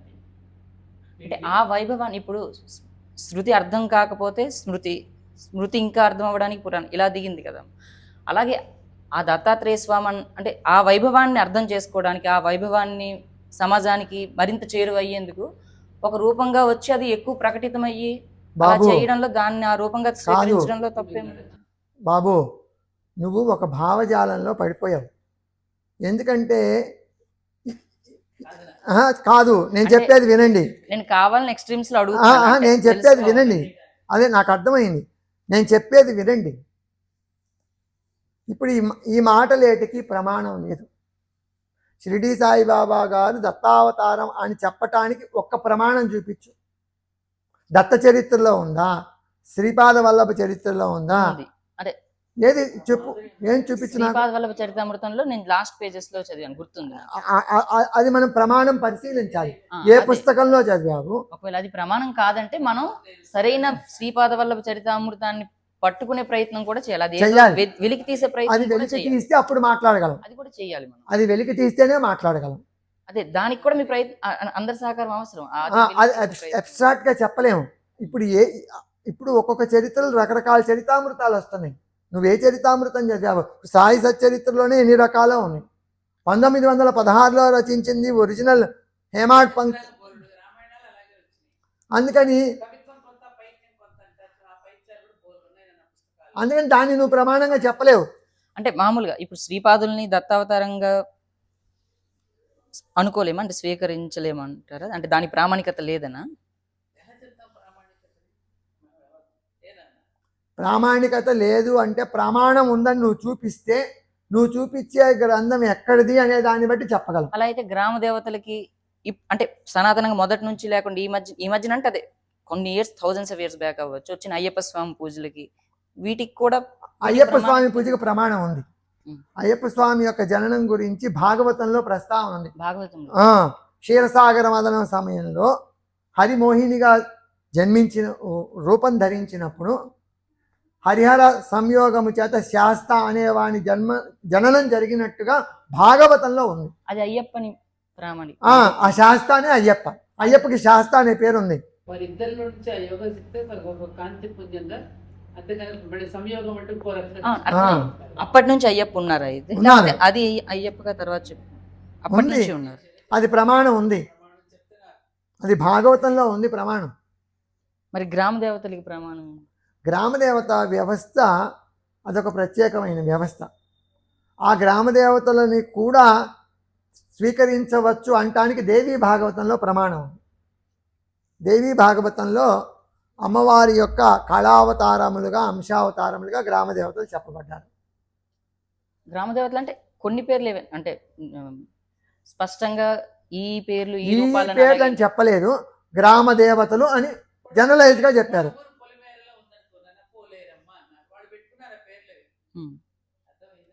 అది అలా ఆ పేర్లకి స్పష్టంగా ప్రామాణికత మన గ్రంథాల్లో లేకపోయినా మన ధర్మంలో ఇముడ్చుకున్నాం కదా, మన ధర్మంలో భాగంగానే చూస్తున్నాం. ఎందుకంటే దానివల్ల ధర్మానికి హాని కలగలేదు, ధర్మంలోనే ఉన్నారు, మన ధర్మాన్ని విడిచిపెట్టి వెళ్ళలేదు. అలా దీన్ని ఎందుకు చేయటం లేదంటే చెప్తున్నాను. విపరీతం వల్ల, వైపరీత్యం వల్ల ఆయనని గురువుగా, సాధువుగా ఉన్నంత వరకు ఎవరు రాలా. ఆయన నువ్వు అఖిలాండ కోటి బ్రహ్మాండ నాయకుడు చేసినప్పుడే ఇదంతా వచ్చింది.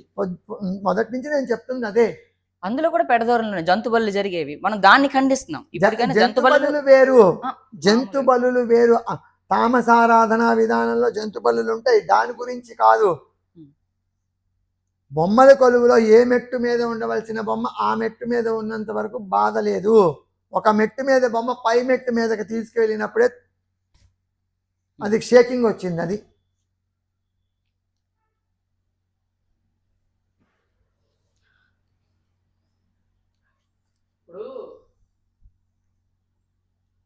అంటే ఇప్పుడు శ్రీ నడుస్తున్న యుగం ఏమిటి?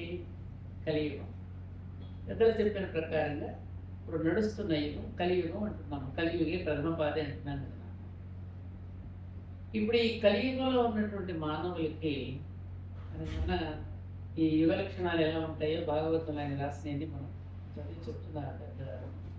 సామవేదం గారు విన్నాను నేను. భాగవతంలో కూడా మనం చదివాం. ఈ రకమైన అలసత్వము, మందబుద్ధి, అర్థం చేసుకోలేనితనం ఇవన్నీ ఉన్నటువంటి ఈ లక్షణాలు ఇంతగా శాస్త్రానికి ఇంత తవ్వుకుంటూ పోయి ఎక్కడైనా హ్యాపీగా సూక్ష్మమైన ఒక పద్ధతి ఇచ్చారు. యజ్ఞయాగాది క్రతువుల కంటే, స్తోత్రాల కంటే, వీటన్నింటికంటే చక్కగా భజనలు చేసుకుంటూ నామ సంకీర్తనలను తరించడానికి మనకి ఉన్నటువంటి శారీరక మానసిక స్థితిగతులను అనుసరించి నామస్మరణ ఒక్కటే మీ అందరికీ చక్కని రెమెడీ ఇస్తున్నానని భాగవతంలో చెప్పాడు వ్యాసుడు. అందుకని ఈ ఈ ఈ ఈ శాస్త్రాలు ఇందాక నుంచి మనం ఏదైతే ఆ రోజుల్లో ఒక శాస్త్ర చర్చ జరిగేది. గారికి సులభ బ్రహ్మవాదుల దగ్గర నుంచి అందరూ శాస్త్ర చర్చ చేసి దానిలో ఉన్న సారం ఏదైతే ఉన్నదో, వధించగలిగే అమృతం ఏదైతే ఉందో అందరికీ పంచిపెట్టారు. జ్ఞానామృతం. ఇవాళ శాస్త్ర చర్చ చేసే అంత గొప్ప గొప్ప మహానుభావులు, అటువంటి దర్శనం చేసిన ద్రష్టలు కూడా ఇప్పుడు లేవు. కనిపిస్తున్నారు. ఆ పెద్దవాళ్ళు చెప్పినటువంటి దాంట్లో కొంత ఏమంటారు, మనకి కాస్త ఆ ఉపాసనా బలం, కాస్త తపశక్తి, ఆ దైవ బలం, కాస్త దైవాంశతో ఉన్న కొద్దిమంది ఎవరైతే ఉన్నారో వాళ్ళు ఇంకా దీన్ని నడిపించడానికి ప్రయత్నం జరుగుతుంది, చేస్తున్నారు కూడా. సంతోషించాల్సింది. అందుకని పామర జనాలకి డైరెక్ట్గా అందుకోవడానికి గాను వాల్మీకి, వ్యాస మహర్షులు ఇటు రామాయణ భారతాలను, గాథలను చక్కగా మన జీవితానికి కావాల్సిన మార్గాన్ని సూచించి ఈ భజనలు, కీర్తనలతోనే మనకు ఒక మోక్షాన్ని పొందడానికి కావాల్సిన ఒక చిన్న చిన్న పద్ధతులు ఇచ్చేసారు. సూక్ష్మాల మోక్షం అనేది. అందుకని ఇప్పుడు ఈ రకమైనటువంటి చర్చలకు పోయిన కొద్దీ మనకు తలనత్తాలకు వేడెక్కడం తప్ప జరిగేది ఏం లేదు. కాబట్టి ఇప్పుడు మందాకు కూడా మనం అనుకున్నట్టుగా మళ్ళీ తిరిగి గుర్తు చేసుకోవాల్సిన విషయం ఏంటంటే, ఈ జరుగుతూ ఉన్నటువంటి ఇప్పుడు ప్రకృతికి అనుగుణంగా మానవుడు నడుచుకోవడమే ధర్మం అని కదా చెప్పింది. సృష్టి ధర్మంతో మానవ ధర్మం యొక్క కనెక్షన్ ఏదైతే ఉందో, ఆ కనెక్షన్ ఎప్పుడూ కూడా సరిచేసుకుంటూ ఉన్నప్పుడే మానవుడు బాగుంటాడు, ప్రకృతి బాగుంటుంది. ప్రకృతి ధర్మానికి మానవ ధర్మానికి మధ్యన కనెక్షన్ అనే వైపు తెగిపోవడం పోలని మనందరూ ఎవరికి తోచినట్టు వాళ్ళకి బ్రతికేస్తున్నాం, ఎవరికి తోచింది మాట్లాడిస్తున్నాం, మనకి నేల విడిచిన సాము చేసేస్తున్నాం. ఇది పద్ధతి. అందుకని ఏం చేస్తుంది, ఇప్పుడు ప్రకృతి ఒక చర్య తీసుకుంది దీన్ని సరిచేయడానికి, దాన్ని బ్యాలెన్స్ చేయడానికి. ఎప్పటికప్పుడు ప్రకృతి తన పని తను మొదలు పెడుతుంది. ఆ మొదలుపెట్టినటువంటి నేపథ్యంలోనే అటు ప్రపంచవ్యాప్తంగా వస్తున్న యుద్ధాలు కానివ్వండి, దేశవ్యాప్తంగా జరుగుతున్న చర్చలు కానివ్వండి, మతావేశాలు కానివ్వండి, భేదాలు కానివ్వండి, అసలు కలి అంటేనే విడిపోవడం అని అర్థం. కలి అంటేనే విడిపోవడము, విభేదించడం అనే అర్థమే కలి అంటే. మా గురువుగారు ఎప్పుడు కలుస్తాను అంటాడు కానీ కలుస్తాను అన్నాడట. మనకు కలవాలని అనిపించదు. భార్యాభర్తలు విడిపోతారు, కుటుంబాలు విడిపోతాయి, దేశాలు విడిపోతాయి, మనం విడిపోతాం. అలా విడివిడిగా ఉంటున్నారు తప్ప కలివిడిగా ఉండడానికి మన మనసులు అంగీకరించడం లేదు. ఎందుకంటే ఇది కలి లక్షణం కాబట్టి. కృష్ణ చాలా ఒక యువకుడుగా ఇప్పుడున్నటువంటి సమాజంలో జరుగుతున్నవన్నీ నువ్వు చూస్తూ నీకు వచ్చినటువంటి ప్రశ్నలకి తప్పకుండా సమాధానం చెప్పవలసిన బాధ్యత మేధావుల మీద ఉంది. ఆ చర్చ జరిగి రాబోయే తరానికి కావలసినటువంటి మార్గనిర్దేశనం చేయకపోతే రేపు మీరేమంటారు, ఇదిగోనండి మా పెద్దలు మాకేమి సరిగ్గా చెప్పలేదు, వీడు స్వార్థం చేతిలో ఓడిపోయారు, కామన్ చేతిలో ఓడిపోయారు, డబ్బు చేతిలో ఓడిపోయారు, వీళ్ళు మాకేం చెప్తారండి అనేటటువంటి పరిస్థితి రాకుండా ఉండడానికి నేచర్ టేక్ కేర్. తప్పకుండా దీనికి సమాధానం దొరుకుతుంది. ఆ సమాధానం రాబట్టాలి అంటే అటు అజ్ఞానం అనే రాక్షసులు, ఇటు జ్ఞానం అనే దేవతలు మథనం చేస్తే ఎలా అయితే వచ్చిందో విషయం, ఆ మథనం చేసేటప్పుడు ప్రకృతి కూడా ఆ మథనం చేసేటప్పుడు అనేకమైన బయటపడుతూ ఉంటాయి. నీ నోట్లో నుంచో నా నోట్లో నుంచి ఇంకో నోట్లో నుంచి ఇంకో ఏవో కొంతమంది విషయం చెబుతూ ఉంటారు, కొంతమంది ప్రేమగా చూస్తుంటారు, ఇంకొకళ్ళు తిడుతూ ఉంటారు, ఇంకొకళ్ళు ఏ జరుగుతున్నాయి కదా మనకు వస్తున్నాం కదా. సరే వీటన్నింటికి అల్టిమేట్గా మనం చేస్తూ చేస్తూ చేస్తూ చేస్తుంటూ దీనికి సమాధానం చెప్పకుండా ఉంటుందా ప్రకృతి, దేవుడు చెప్పకుండా ఉంటాడా? వెయిట్ చేయి, తప్పకుండా నీకు సమాధానం ఏనా చెప్పాలి.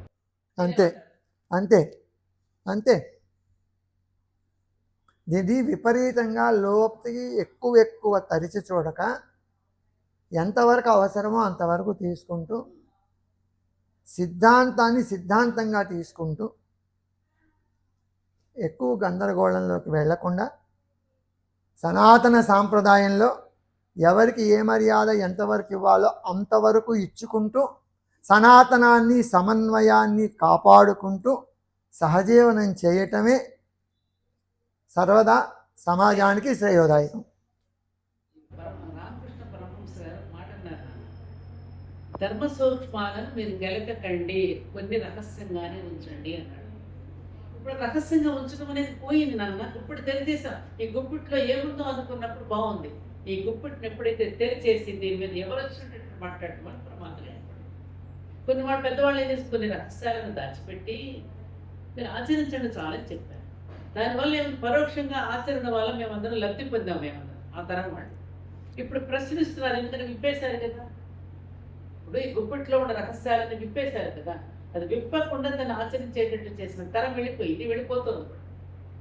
ఇప్పుడు రాబోయే తరాన్ని అయోమయం పడేసి వెళ్ళిపోవడం ధర్మమా? కాదు కదా, దాన్ని సరైనటువంటి చూపించాలి కదా.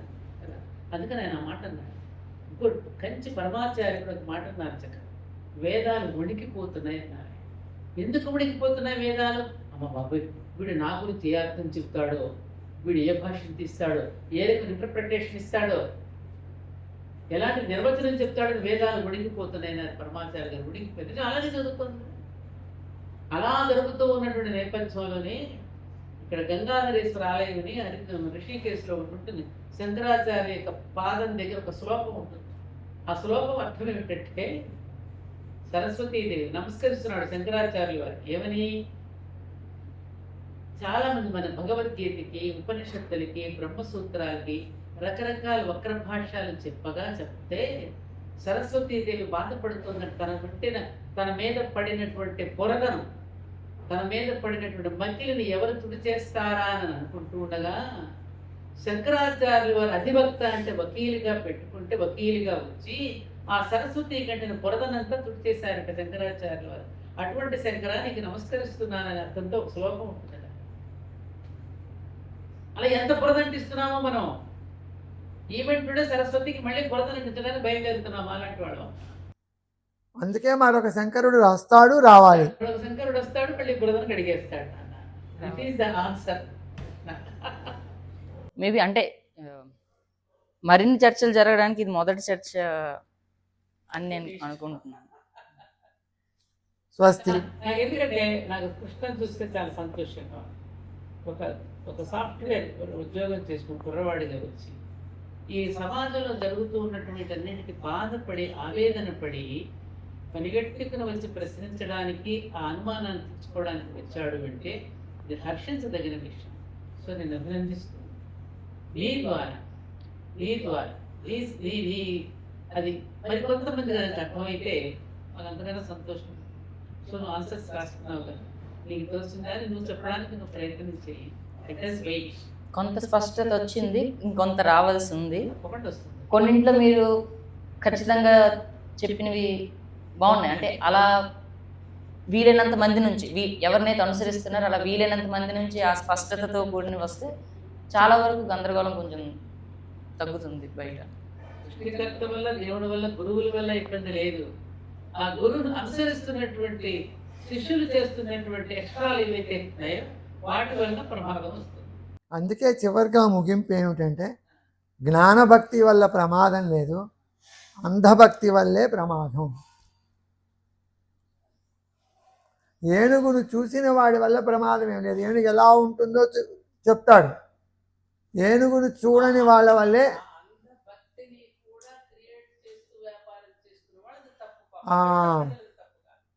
అది వాళ్ళ అది నిస్సహాయ స్థితి వాళ్ళకి తెలియదు. అది మీరు చెప్పిన ముక్తాయింపు బాగుంది. అంధభక్తిని వ్యాపారానికి పెట్టుబడిగా పెట్టి వ్యాపారం చేస్తున్న వాళ్ళ తప్పు. చేస్తున్న వాళ్ళు తప్ప. చిన్న తప్పు కాదు, చిన్న తప్పు కాదు, చిన్న తప్పు కాదు. గొడ్డలి పెట్టు ఎవరికి? సనాతన ధర్మానికి కాదు, వాళ్ళకి, మన చుట్టూ ఉన్న సమాజానికి. సనాతన ధర్మానికి కాదు, మనకి, మన చుట్టూ ఉన్న సమాజానికి గొడ్డలి పెట్టు. ఎందుకంటే రేపటి తరం సనాతన ధర్మం అంటే ఏంటంటే తెలిసి చెప్పేవాళ్ళు ఉండాలి కదా. ఒక అవగాహన వచ్చేసింది అనుకో, వాళ్ళు ఏం చెప్తారు? ఇదే అనుకుంటారు. జ్ఞానభక్తి వల్ల ప్రమాదం లేదు, అంధభక్తి వల్ల అయోమయం ఉంది. ఈ అంధభక్తిని ఆధారంగా చేసుకుని వ్యాపారం చేస్తున్న వాళ్ళు ఉన్నారే, వాళ్ళ వల్ల సనాతన ధర్మానికి ఏ ప్రమాదం లేదు, కానీ సమాజానికి మాత్రం జరిగేటటువంటి నష్టం అపారమైన నష్టం. ఇంకొకటి జరుగుతుంది. ఎవరైతే ఒక ఇద్దరు వ్యక్తులు ఈ సబ్జెక్ట్ మీద డిఫరెన్స్ క్రియేట్ చేసి మాట్లాడుకుంటున్నప్పుడు దానిని సొమ్ము చేసుకోవడానికి ఒక మూడోవాడు బయలుదేరతాడు. దానివల్ల ఇంకా ప్రమాదం జరుగుతుంది. అంటే ఒక వక్త చెప్పిన దాంట్లో ఉన్నటువంటి సారాంశాన్ని తీసుకోకుండా వక్త వ్యక్తిగత స్థాయికి చేరి దూషించటం, ఈకకు ఈక పీకకు పీక లాగి ప్రతి అక్షరానికి విపరీత వ్యాఖ్యానాలు చేసి తమ వ్యాపార సామ్రాజ్యానికి బీటలు వారకుండా కాపాడుకుంటున్నామనే భ్రమలో ప్రజలని భ్రమలో పడేసే వాళ్ళు ఇంకా చాలామంది ఉన్నారు. ఈ భ్రమాసురుల అందరి సంహారం కోసం జ్ఞానమూర్తి యొక్క అవతరణ ఆవశ్యకం. ఆ జ్ఞానశంకరుడు ఉదయించాలని మనసారా కోరుకుంటూ స్వస్తి.